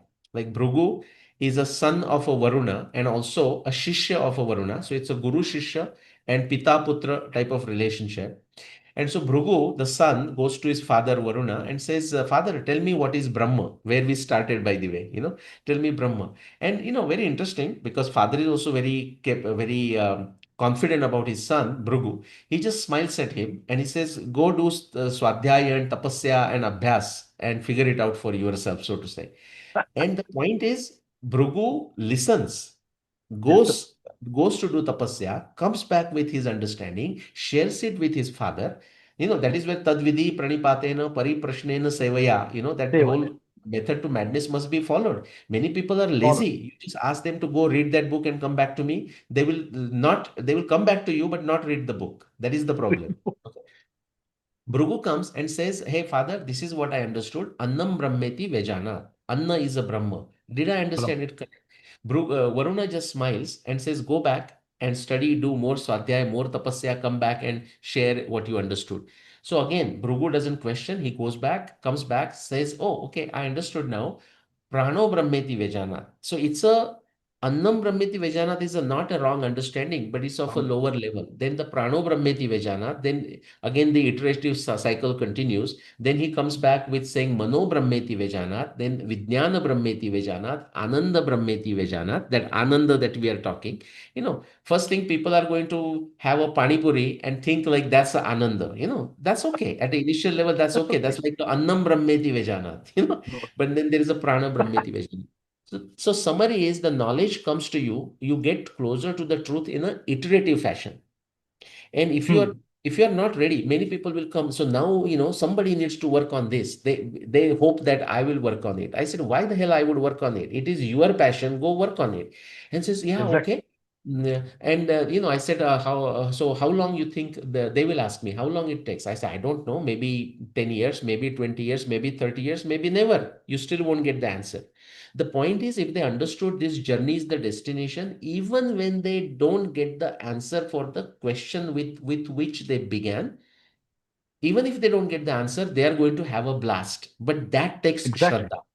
That takes That takes Shraddha, Shraddha. and many don't have it. So, just Right. to summarize, Bhrigu Varuni Vidya is the way to go. It's a iterative process, and unless one is willing to be wrong, one will not do anything original in life.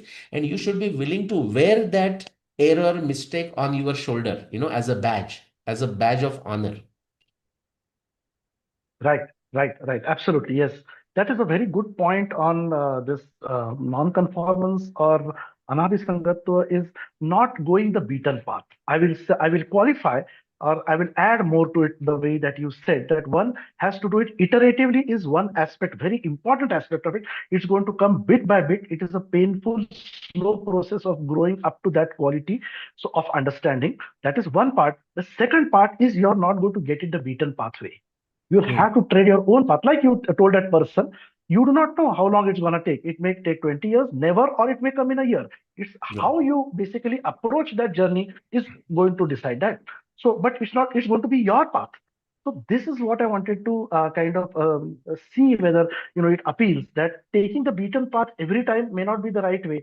So in a kind of, I personally, when I discuss with friends, I say that the spirit of a startup, of being a startup founder, young startup founders, they are the ones who are the rebels of modern times, basically. They are, why? Because they have taken failure as for granted for some time, for some years, and Yeah. their startup may never take off. You see, like the thing you said, it may never take off, 20 years or never, but they are Correct. willing to take that risk. Whereas vis-a-vis suddenly jumping into a, let's say, a $200,000 salary or 250K salary, right? Goldman Sachs or Wall Street or whatever to start up with, and find out that they are doing the same chucky piece now. But the person here on the other side, the startup, is not taking the beaten path. He's drinking the poison month after month, and it's a life of unsurety. It's a life of unsurety. But then Yes. he knows many things about life. So this is some parallel I wanted to draw. So after that, essentially now we are going to take up something of a serious nature because this happens when a person basically treads on his or her own path, discovers something significant, and we are going to call it significant in dharma now because now we are going to come specific to yourself, not necessarily your field, but yourself.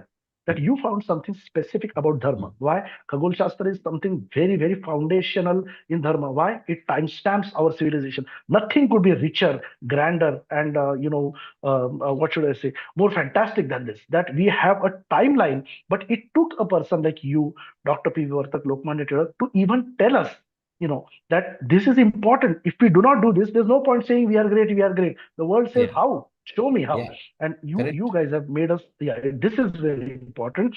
So now we are talking about dharma, and Hmm. now the person starts walking on the path of dharma in the sense that he's studying that aspect of dharma, and dharma Hmm. is an ocean of oceans. He takes up one aspect, but now I'm saying that the person, as he does this, he becomes conscious of his own identity. This is Yeah. my experience. You don't have to corroborate with that. You can even take an opposite stance on this. I Hmm. felt that as you take up this journey and you go deeper and deeper into one aspect of dharma, automatically your varnashram starts playing into the game, in the Hmm. sense it is because of a certain varnashrama that you are doing what and how is what you're doing. This is what my, let's say for your, I've given the example that Brahman, Varna and Chetka and Kuna. This is yours. But you are finding that the way that you're approaching that facet of truth or dharma is you are actually following your Varnashram dharma, is my observation. It need not be Hmm. yours, or you may not even agree with it. What are your thoughts? Okay, so Tukaram, if you've seen the Tukaram movie 1934, Prabhat Company, Damle Yes, Mama. yes, yes. Damle So Mama. the very first Abhanga, it starts, na, Sahajachi ya Arati Panduranga Dhani Panduranga Mani. So Hmm. initially you always have efforts, but so you said you observed it, like as if I'm following a Varnashram Dharma. To whatever extent you felt it, actually you have a better observation of me than I do, because there is a This will there is always be a true. This will always be true. Yeah. Hmm. there is a famous person. I mean, he's a sport and multiple guys, multiple personalities. James Michener in America. His famous quote is like this. It used to be in my office. He says, "A master in the art of living, uh, not to confuse with the Sri Sri Ravi Shankar or anything. The master in the art of living does not make a distinction between his work and his play, between his office and in his home, between his workplace or, and his passions. He continues to do with a full dedication, with excitement, with perfections and whatnot, whatever he is busy at, leaving it for others to decide whether he's playing or whether he's working. Yeah, I mean, that used to Wow. be in my office, and I loved it. And so it's very difficult for me. And now it has its challenges. For example, like, while doing this, like, Ashwini would have say, hey, we have to go and do certain Sure. tasks. We must close this, Sure. complete this certain time and whatnot. So Right. it causes inconvenience to others, and that would be the Sure. issue. Just to answer that question, it happened. I think again those initial your found if your foundation is correct, and let me take Right. this opportunity to mention the foundation which really helped me understand this or do anything, is which are the foundations of our Sanatan Dharma, Sanatana foundations, which are universal foundations. Not everybody follows this. Religions definitely don't follow it. Sometimes they follow a certain aspect of it. When I say religion, I mean Abrahamic religions, okay, because that is their word, they do follow Sure. certain aspect of it. I'll give the credit, Sure.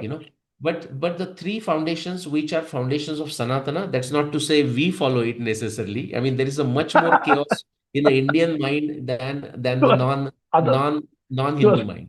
Correct. Sure. They are very clear about that one aspect many times. Anyways, one is the Vichar Swatantriya, which you don't find in Abrahamic religions at all. Okay, the freedom of thought. The second one is, just like we are discussing this, I'm kind of repeating, but also summarizing in some way. The second aspect, the foundations of Sanatana, is absolute conviction in the absolute morality, like the niti, ahimsa, satyam, asteya kind of thing. Even when someone is holding a gun to you and asking you to say something which is not true, as a viveka buddhi, you might actually say it, which is not true. But inside, you know that you're telling the false thing, and that's not what you are happy about. I mean, do you Right. have that kind of conviction in you, even when you may not actually practice Hmm. because of your physical limitations and other practical limitations? That's a viveka buddhi. You have to apply viveka buddhi. So one is the freedom of thought. Second is the absolute conviction and absolute morality. And the third one is basically achar sahishnutta, endurance in conduct. You may have a great philosophy, you may have a great thought, but if you are not acting on it, it's all useless. Okay, so combining this, I just kind of focused. I mean, by luck and krupa and everything, I would say, because of the influences of all the people that I discussed with you and many others that I might not have mentioned. There are many others. So that influence, I kind of allowed me to stay on the path. And I will tell you, I don't take a credit. I'll tell you a story. See, because when you go in an important position, whether in a public, as a public intellectual, as some kind of a micro celebrity or celebrity, or even in the corporate world in a very powerful position, the temptations comes, just as a simple word I'll Sure. use as a honey trap, just for this. The honey Sure. trap, different kinds they do Sure. come. Sure. And my good friend, he runs a multi-billion-dollar business, like we would sit, but we would have a lunch every Thursday kind of thing. And, we worked together for many years and all that good stuff. Um, his name is Vivek Ramakrishnan, okay, from Kerala originally. And when we used to sit and we used to discuss this specific aspect, how to keep yourself grounded and not letting go to the temptations. One thing we said is basically it's a kripa, in the sense some adnyat force, like a higher force is watching us. Otherwise, we are so much exposed to the temptation that we can give in any time, whether Vivek or Anytime. not. Right? Anytime. Absolutely. It is Absolutely. the unseen but experiential kripa that is protecting us. So never Sure. feel arrogant about it that, hey, I have overcome something. No, we have not overcome. But Absolutely. in that humbleness, there the kripa comes, and kripa comes and saves you. So I will say, therefore, I give the krupa to the purva punya, the luck, the influences, and so on. Temptations are always Sure. there, but I did not There. feel influence. In what you say, the Yoga Vasishta, Vasishta tells Bhagwan Ram, but then he's a Vasishta and he's a Bhagwan Ram. I mean, I have a Vasishta Gotra, but that's all I can claim. But Vasishta tells Bhagwan Ram, he says, you are going to be a Yuvraj, you are going to be a great king, and all the temptations come to you. And his advice is, well, enjoy them with that moderation of these foundations of three. But he says, antastyagi bahissangi loke vichara raghava. Internally, you remain indifferent to them. Even when externally you are Yeah, happy, somebody gives you a bouquet, a wonderful flowers, you have to smile.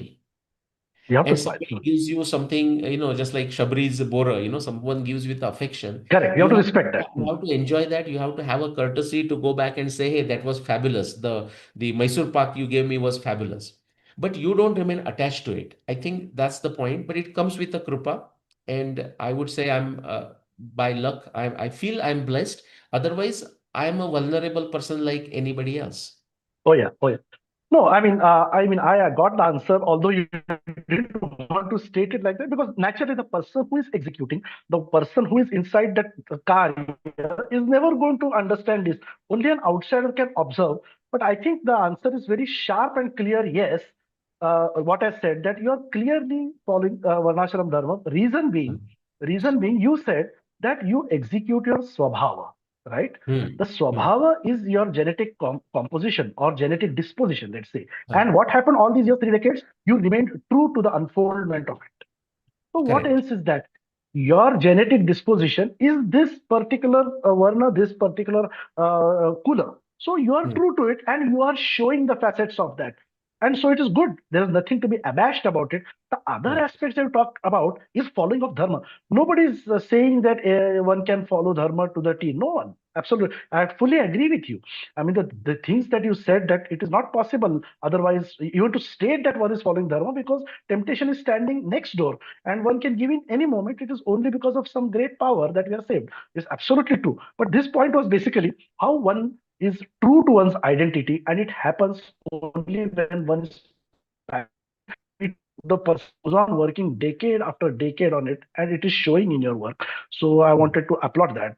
The next point, and if you're are you feeling jaded, tired? Is it too much that, or you want to kind of skip some things, Nilesh, No, no, no. or you're still What? game, or Let's what's do your? this. I mean, you Yeah. ask whatever you want to ask. I will try to keep my answer Okay. shorter, and we Short. will close Okay. it.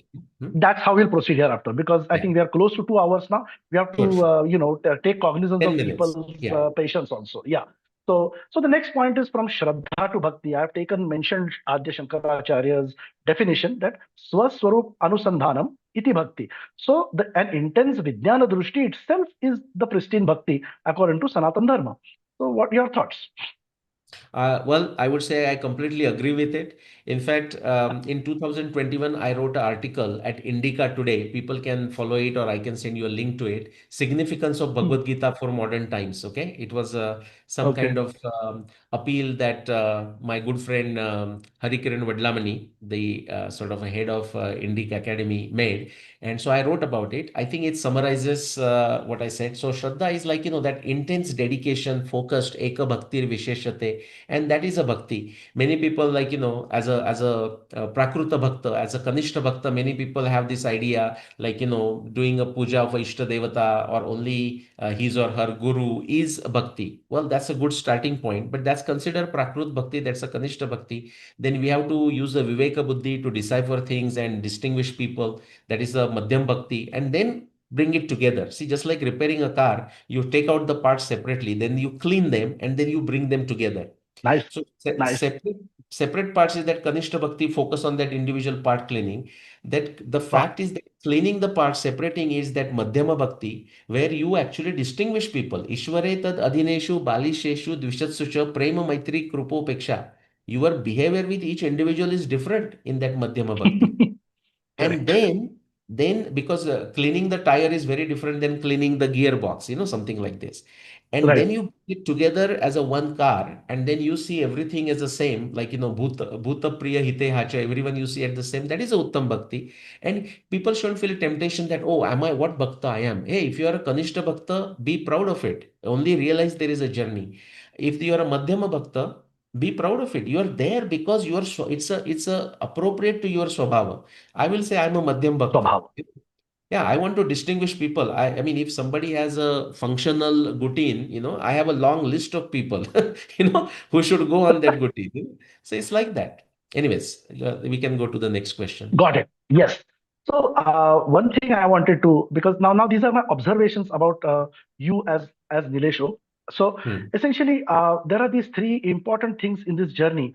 Like I Hmm. mentioned, there are the three prachitis or deep Hmm. experiences or corroborations. More than experiences, I will say that they say that advanced stages you need corroboration from the larger universe about Hmm. where you are. So people Hmm. ask, how do you know whether you are on the right path or not? It is through these three corroborations, the great ones, the gurus have said. There are three prachitis, means the Hmm. corroborations. One is Hmm. the guru prachiti, meaning we already mentioned, you Yeah. you talked about the larger guru, but you Yeah. also talked about certain gurus in the body, and you Hmm. talked about how your thoughts vibed with them and how without even knowing them you had a secret connection. So that was Hmm. your corroboration or experience of guru or the guru tattva. Hmm. The Hmm. second, what I found fantastic is the Shastra Prachiti, which is the most difficult in for most people in at Hmm. any time on earth, which is Hmm. Shastra, the Hmm. Anubhav of Shastra. So Hmm. this, what I found is in your works of let's say 3 decades, whatever you distilled, these are two dates, but these are dates have come out of 35 years of toil and tears and bloodshed. And how you found corroboration is you found corroboration with modern science as well. So you Yeah. continuously state so many modern science research papers and you found corroboration. This is nothing but Shastra Prachiti. It is the Amrut, actually speaking. Very, very few people will have a taste of the fulfillment, Nilesh, that you have right now in your mind and heart. That it what is within you is your seeing consonance in the larger universe. This is something fantastic. And I want to really congratulate you for it. Thank you. So what happens is, like, that three prachitis, how do you know that a Mysore pak is tasting delicious? Well, you just know. It's very difficult to describe it. Correct. Correct. But because you mentioned the Guru Prachiti, Shastra Prachiti, Atma Pratiti, or Prachiti or Pratiti, both, um, Yeah. you get this experience everywhere. So you said, I have whatever work I have done, I have got it validated. So I may start with astronomy, but that gets the validation from 20 different disciplines of science, like oceanography and Sure. sedimentology, geology, geophysics, geochemistry, physical anthropology, just name it, climatology, genetics. My God, I mean, it's like no, not enough hours in the day. But I will also, not but, and I will also mention that kind of validation also comes from the our Guru Shishya Parampara. For example, without going into the details, through different grantha and using the modern science, I put together the biographical life of Bhagwan Krishna, like of 107, 108 years. Krishna being born in 5633 BCE and then Nirvana in 5525 BCE with a very perfect marks like 56. 22 BC is when Krishna killed Kamsa, and 5590 BC when Pandava Dahan, 5600 BC is when he made Pandavas for the first time. And all this based on like Mahabharata evidence, Bhagavad Puran evidence, and Harivansh evidence, and so on. The excitement, the most exciting part, Anand, was when somebody told me, because Bhagavad Puran says Krishna lived for 125 years, but my answer was 107, 180 years based on this. And then somebody Yes. tells Yes. me that Madhvacharya, of Vaishnava Ha. Dvaita Sampradaya, Dvaita has Sampradaya. come up with an answer in his Mahabharata Tatparya Nirnay, which is also 107 years. Saptamabdam Yes. Shatottaram. I mean, this gives me goosebumps. I cannot describe it. Now, the foolish people don't understand. They say, well, then why do you disagree with him somewhere else? That's the beauty It's of so it. stupid. Exactly. That is so stupid. Because there is a error somewhere, right? It could be error on Exactly. error could be on other side. But this is like, Right. again, I'll take a time and we can stop on even this question if the time is running out. But No, we Professor are good. V.S. Ramachandran, he Huh. describes it beautifully. He says one guy has a Huh. pig. pig who sings Hmm. Hindustani classical music. The other guy, the stupid fellow, eventually will know why. That is that nase jnana nase shraddha samshay nasala pura adnyasya ashraddha dhanasya samshayatma vinashyati. He says, oh, okay, is it really true? Can I come and test? He says, yeah, yeah, come to my house. He goes to that house. The pig, he says, okay, what can he sing? He says, well, pick a rag. He says, how about Yaman? And then the owner says, hey, pig, Mr. Pig, sing Yaman. And the pig sings Yaman. This guy is like really surprised, intrigued. He says, well, how about Malakans? Then pig sings Malakans. Then he says, how about Rag Hamir? Pig sings Hamir. And then he says, how about Khamaj? Something like that. And the owner says, oh, no, no, pig doesn't know that. Then this guy, the stupid guy says, then what's the point? And the point is, in this stupidity of his, he has missed the magic of pig singing Hindustani classical music. Exactly. Okay, Exactly. same thing Exactly. happens to Exactly. these folks. Anyways, but let's move on to the Yeah. next. Yeah. We can stop Yeah. by there. Beautiful. Beautiful. Very well. So the next one I found, and again, observation, because I observe people who are making significant marks in today's Dharma Yuddha, as I call it. That very, very important part is those who are, again, capable, competent people, capacitous people who have made work through or waded through decades to make their mark through discoveries of some facet of Dharma. And rarest of rare few, I found only one or two, and one of them is you, Hmm. is in Shastrartha. In this is a hallmark of Sanatan Dharma, an understanding of any facet of Dharma. If you are able to do an open Shastrartha, you have done it with many people, three significant people, Conrad Els, Manish Pandit, and Vedvir Arya. These people are very knowledgeable people, and then offline probably with Shrikant Talagiri sir. But these are extremely knowledgeable people. They have incursive knowledge into truths, into dharma, and so many things. And you have done a fantastic Shastra. Tell us just 1 to 2 minutes about this experience of Shastra Artha and what is the need of it, please. Okay. Well, but let me now the what you call the brutal, the open thing. The few, because you mentioned few names, I will mention. See, Shrikant Talagiri, the work he has done in the Rigveda is a Yeah. fascinating. Okay, fascinating on the relative chronology, absolutely disastrous on absolute chronology. Okay. Now, see, this is what how we should able to distinguish. Just like I talked about Madhvacharya, Hmm. like agrees with this, but I will disagree with him when he talks about the beginning of a Kali Yuga. Hmm. And I will give my reason and I will stand by them. Kali Even Yuga. Madhvacharya comes in person, I will stand by them. Even Bhagwan Krishna comes in person, I will do a debate with him, on that. Because it's like this, because I have the proof here. I say, and even Vasudev comes and I will say, Vasudev, maybe you have forgotten, but this is what you wrote. you know that's what I would say. The point is, and now you said Vedvir Aryaji and Manish Pandit. Now, because you mentioned the name, I want to take this opportunity. If you wouldn't have mentioned the names, I wouldn't have taken it. Vedvir Aryaji, like as it relates to my subject, dating of Mahabharata, dating of Ramayana, Vedvir Aryaji has certain knowledge when it comes to epigraphs and certain areas.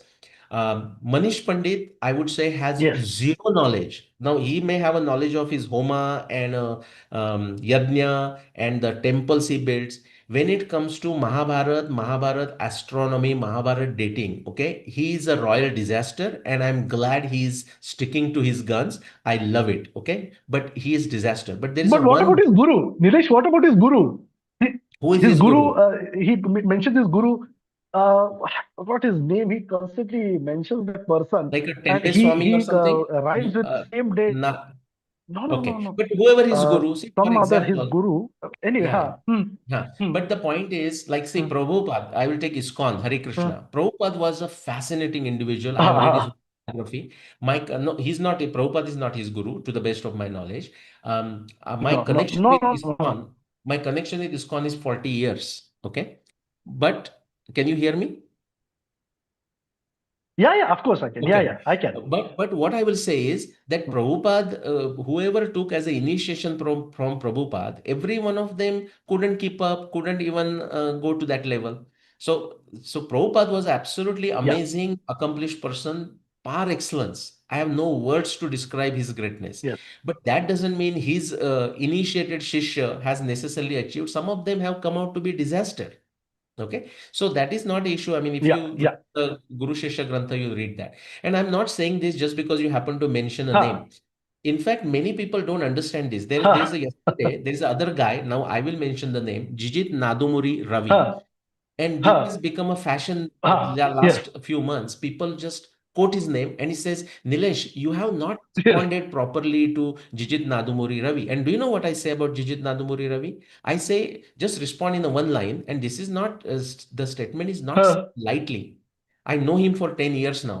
Huh. I say he's a fifth class moron. That's all one statement I write.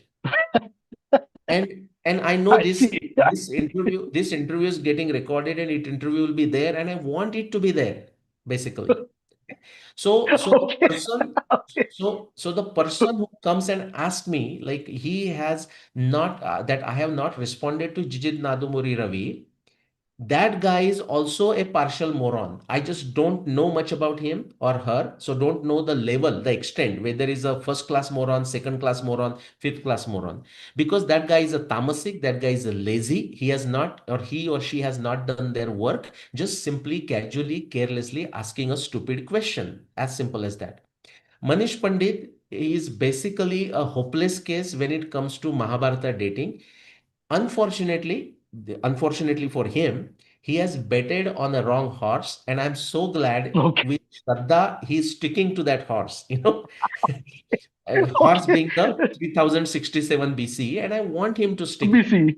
because the greatness of 5561 BC will not understood unless there are these players out there with their atrociously nonsensical, unscientific, illogical theory and claims out there. And one last point, the integrity. See, Shrikant Talagiri, integrity is not an issue. Ah, The not competence the may be issue. an issue. The Correct. competence may be an issue. I mean, and by Issue. the way, what he has done is amazing. I'm not Okay. even We're 1% talking. of Yeah. him. Oh, yeah. What Sure. he has done with the Rigveda and Rugveda. Rigveda and Avesta Sure. and what. But on absolute chronology, I'm Astronomy. saying he is a Yeah. disaster. I have Disaster. proved, I'm willing to prove it anytime, but still the integrity is not an issue. Possibly the incompetence, like somewhere he struggles Income. to understand that logic, okay, on the absolute Right. chronology. Right. Yes. But Yes. we are very good friends. By the way, Manish Right. Pandit and I also Oh communicate now. yeah. We Of don't course. communicate a lot, I but mean, that if is different. Yes. Yes. Vedvir Arya and you have seen this. Okay. So as far as the Oh yeah. So personal, many times. Yes. suppose there is no enmity. So, but that Abhinavesh is Correct. coming for their work. And for that work, I will tell you, for both Manish Pandit as well as Vedvir Arya and Jijit Nadumuri, I don't want to talk by just saying that he's a fifth class moron. These people, Vedvir Arya and Manish Pandit, the way they are doing research on the Mahabharata, they do not have integrity. And I have shown it many times. I am Hmm. willing to prove it multiple times. Meaning, are they really in a search of the truth? The answer is no. Hmm. No. See, Okay. to the novice and to a average person, it appears like they are searching for the truth. They are in the true search of the truth. I'm just focusing on the Mahabharata dating, for example, or Ramayana dating. I am willing to show, assuming the person on the other side is capable of understanding it, they do not have integrity. They deliberately use in Nyaya Darshana that we started with, the five-step framework. They use anything but that five-step framework. Hmm. Nyaya Hmm. Darshana, and Hmm. we can Hmm. close on that. Nyaya Darshana talks about 16 elements that you must know. Pramana, Prameya, Prayojana, Drishtanta, Siddhanta, संशय तर्क अवयव निर्णय वाद जल्प वितंड हेत्वा भास छल जाति निग्रह स्थान these are 16 elements. Out of that, the vada is the right way, but after that jalpa vitanda Jalpa. hetva bhasa chala jati, these are the five things to be avoided. I will tell you, Avoid.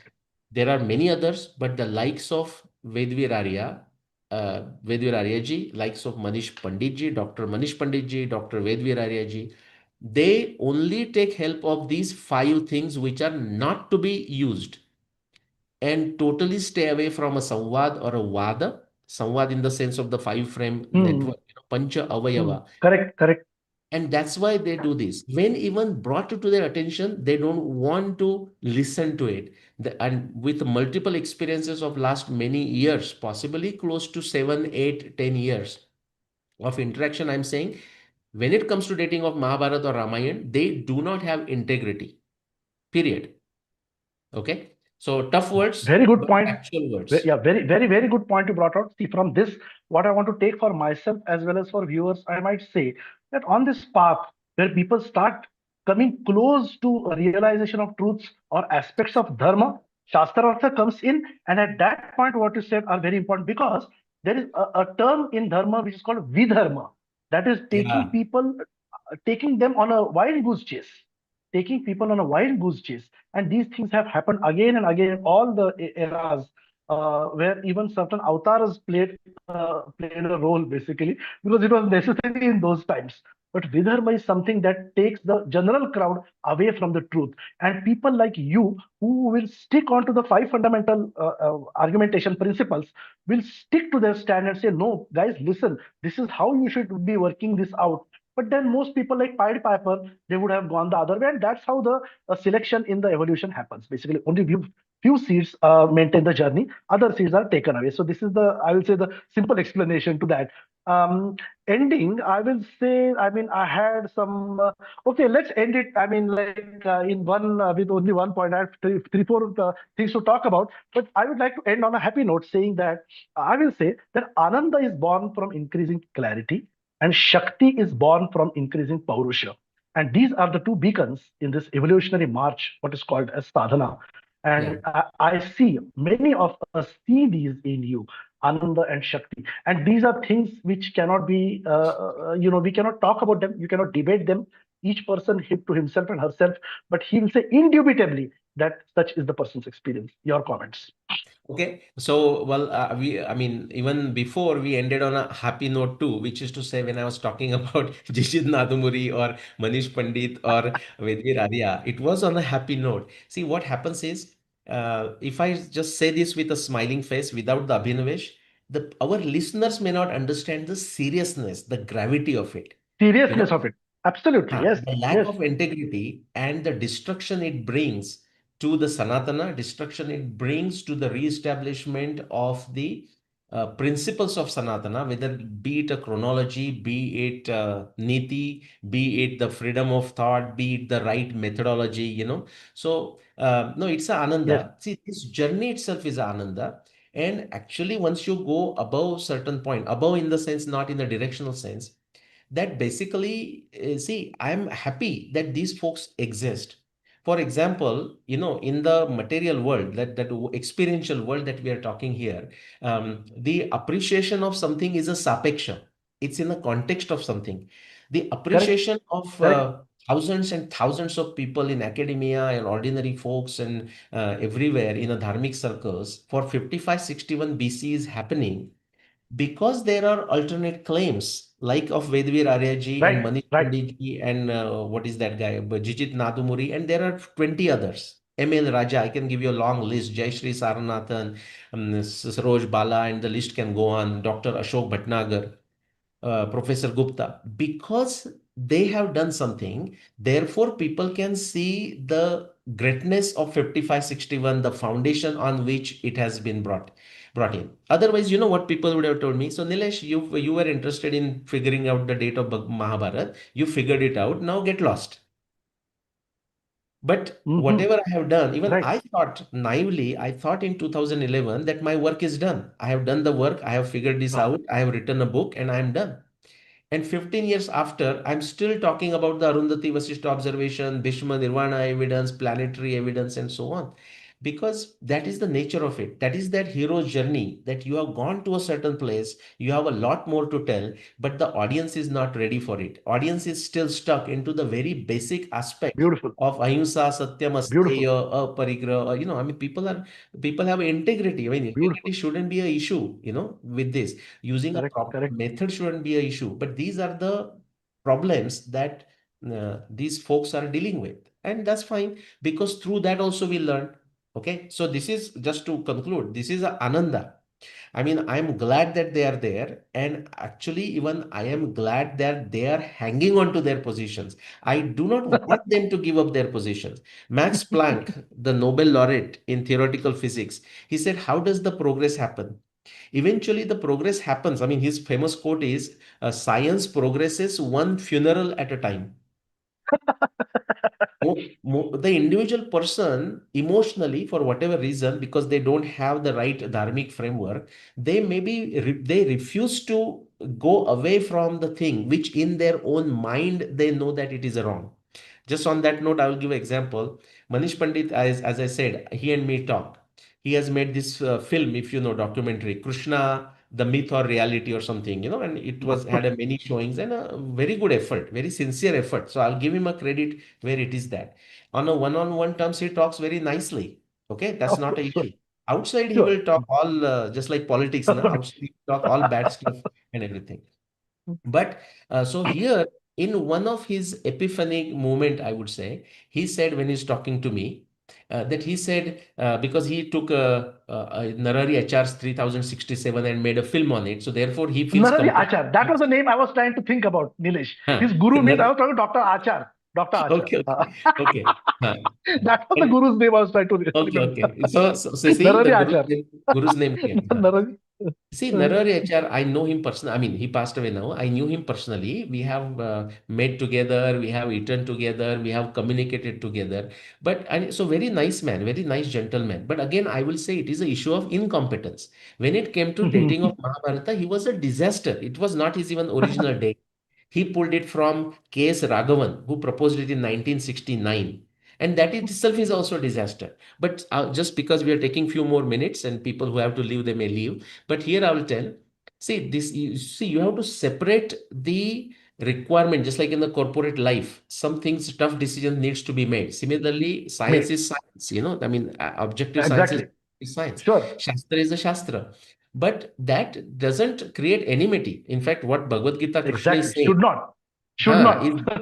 is Bhishma is a Pitamaha, Drona is a Guru. These are all venerable people, but Sure.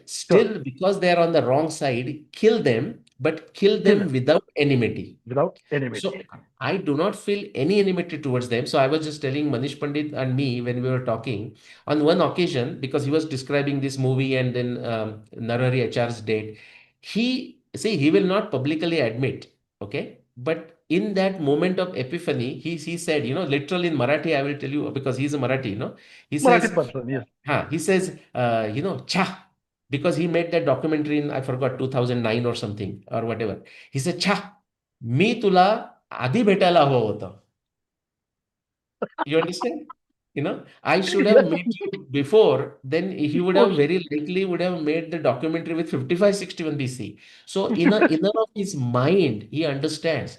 But the next level of integrity, the gap, like that I told you, are you willing to be wrong and are you wrong. willing to admit that you are wrong Admit or wrong. concede, it takes a lot of courage. I It won't is blame. correct. It takes a lot of courage. Courage. Maybe because he's a sadhak, so maybe the krupa blessing will come and one day it may happen. But if it doesn't happen, no loss. No We loss. need these people. Just I'll close on a Karl Popper. Karl Popper says the greatness of a specific theory, a innovation, a revolution is understood only in the context of the challenges, multiple and incessant and continuous challenges coming to it, and then the ability of that theory, namely 5561 BCE or 12,209 BCE, to withstand against those challenges. Only then the Of course. greatness of that claim is understood. And therefore, Of I course. am grateful to these folks. Thank you. Sure. Of course. That's a great one. I will say two sentences more before closing. First is we and all the viewers, everybody, we wish you the best luck on the third prachiti, which is the Atma prachiti, which is the hardest. Everyone, every sadhak desires and keeps that is as his ultimate goal, the realization of the Atman. And for that, you have chosen the absolutely perfect path, which is the one ordained by the Aitareya Brahmana, which is Charaiveti, Charaiveti. Otherwise, I mean, even after the discovery of these things, you would not have gone up to the very grassroots root level, even in Bharat, to the to the sub city taluka level, and given such great lectures on this truth. So you are following the ordain of the Aitareya Brahman, and we wish you all the best for the third Prachiti also to dawn in your life. Basically, that is one. But the last and the best statement, and for which I want you to say at least one sentence, is the priceless and co-evolutionary role of Sahadharmacharini, which is Ashwini. Without Ah, Sahadharmacharini's role in our lives, nothing is possible. I'm saying this with absolute confidence. Nothing is possible. So please say something about that. yes, you have met her, and so she's a blessing.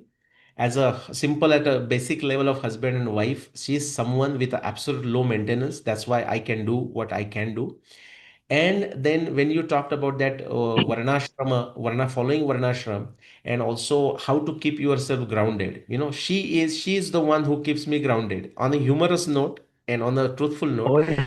Say, like, we're traveling and then our airports people come and take photos and talk and everywhere where weddings we attend and meet people, but restaurants we go and that happens, everywhere, but malls. But then also it will happen that we go to a certain place and we just enter from a security at the airport, and I'll be looking at in case somebody is going to look at me, and meaning I'm looking because I don't want to ignore the person if somebody smiles to me or something or just wants to. Sure, sure, sure. And she will say, look, you are not that important. Nobody is going to recognize you here. Just relax.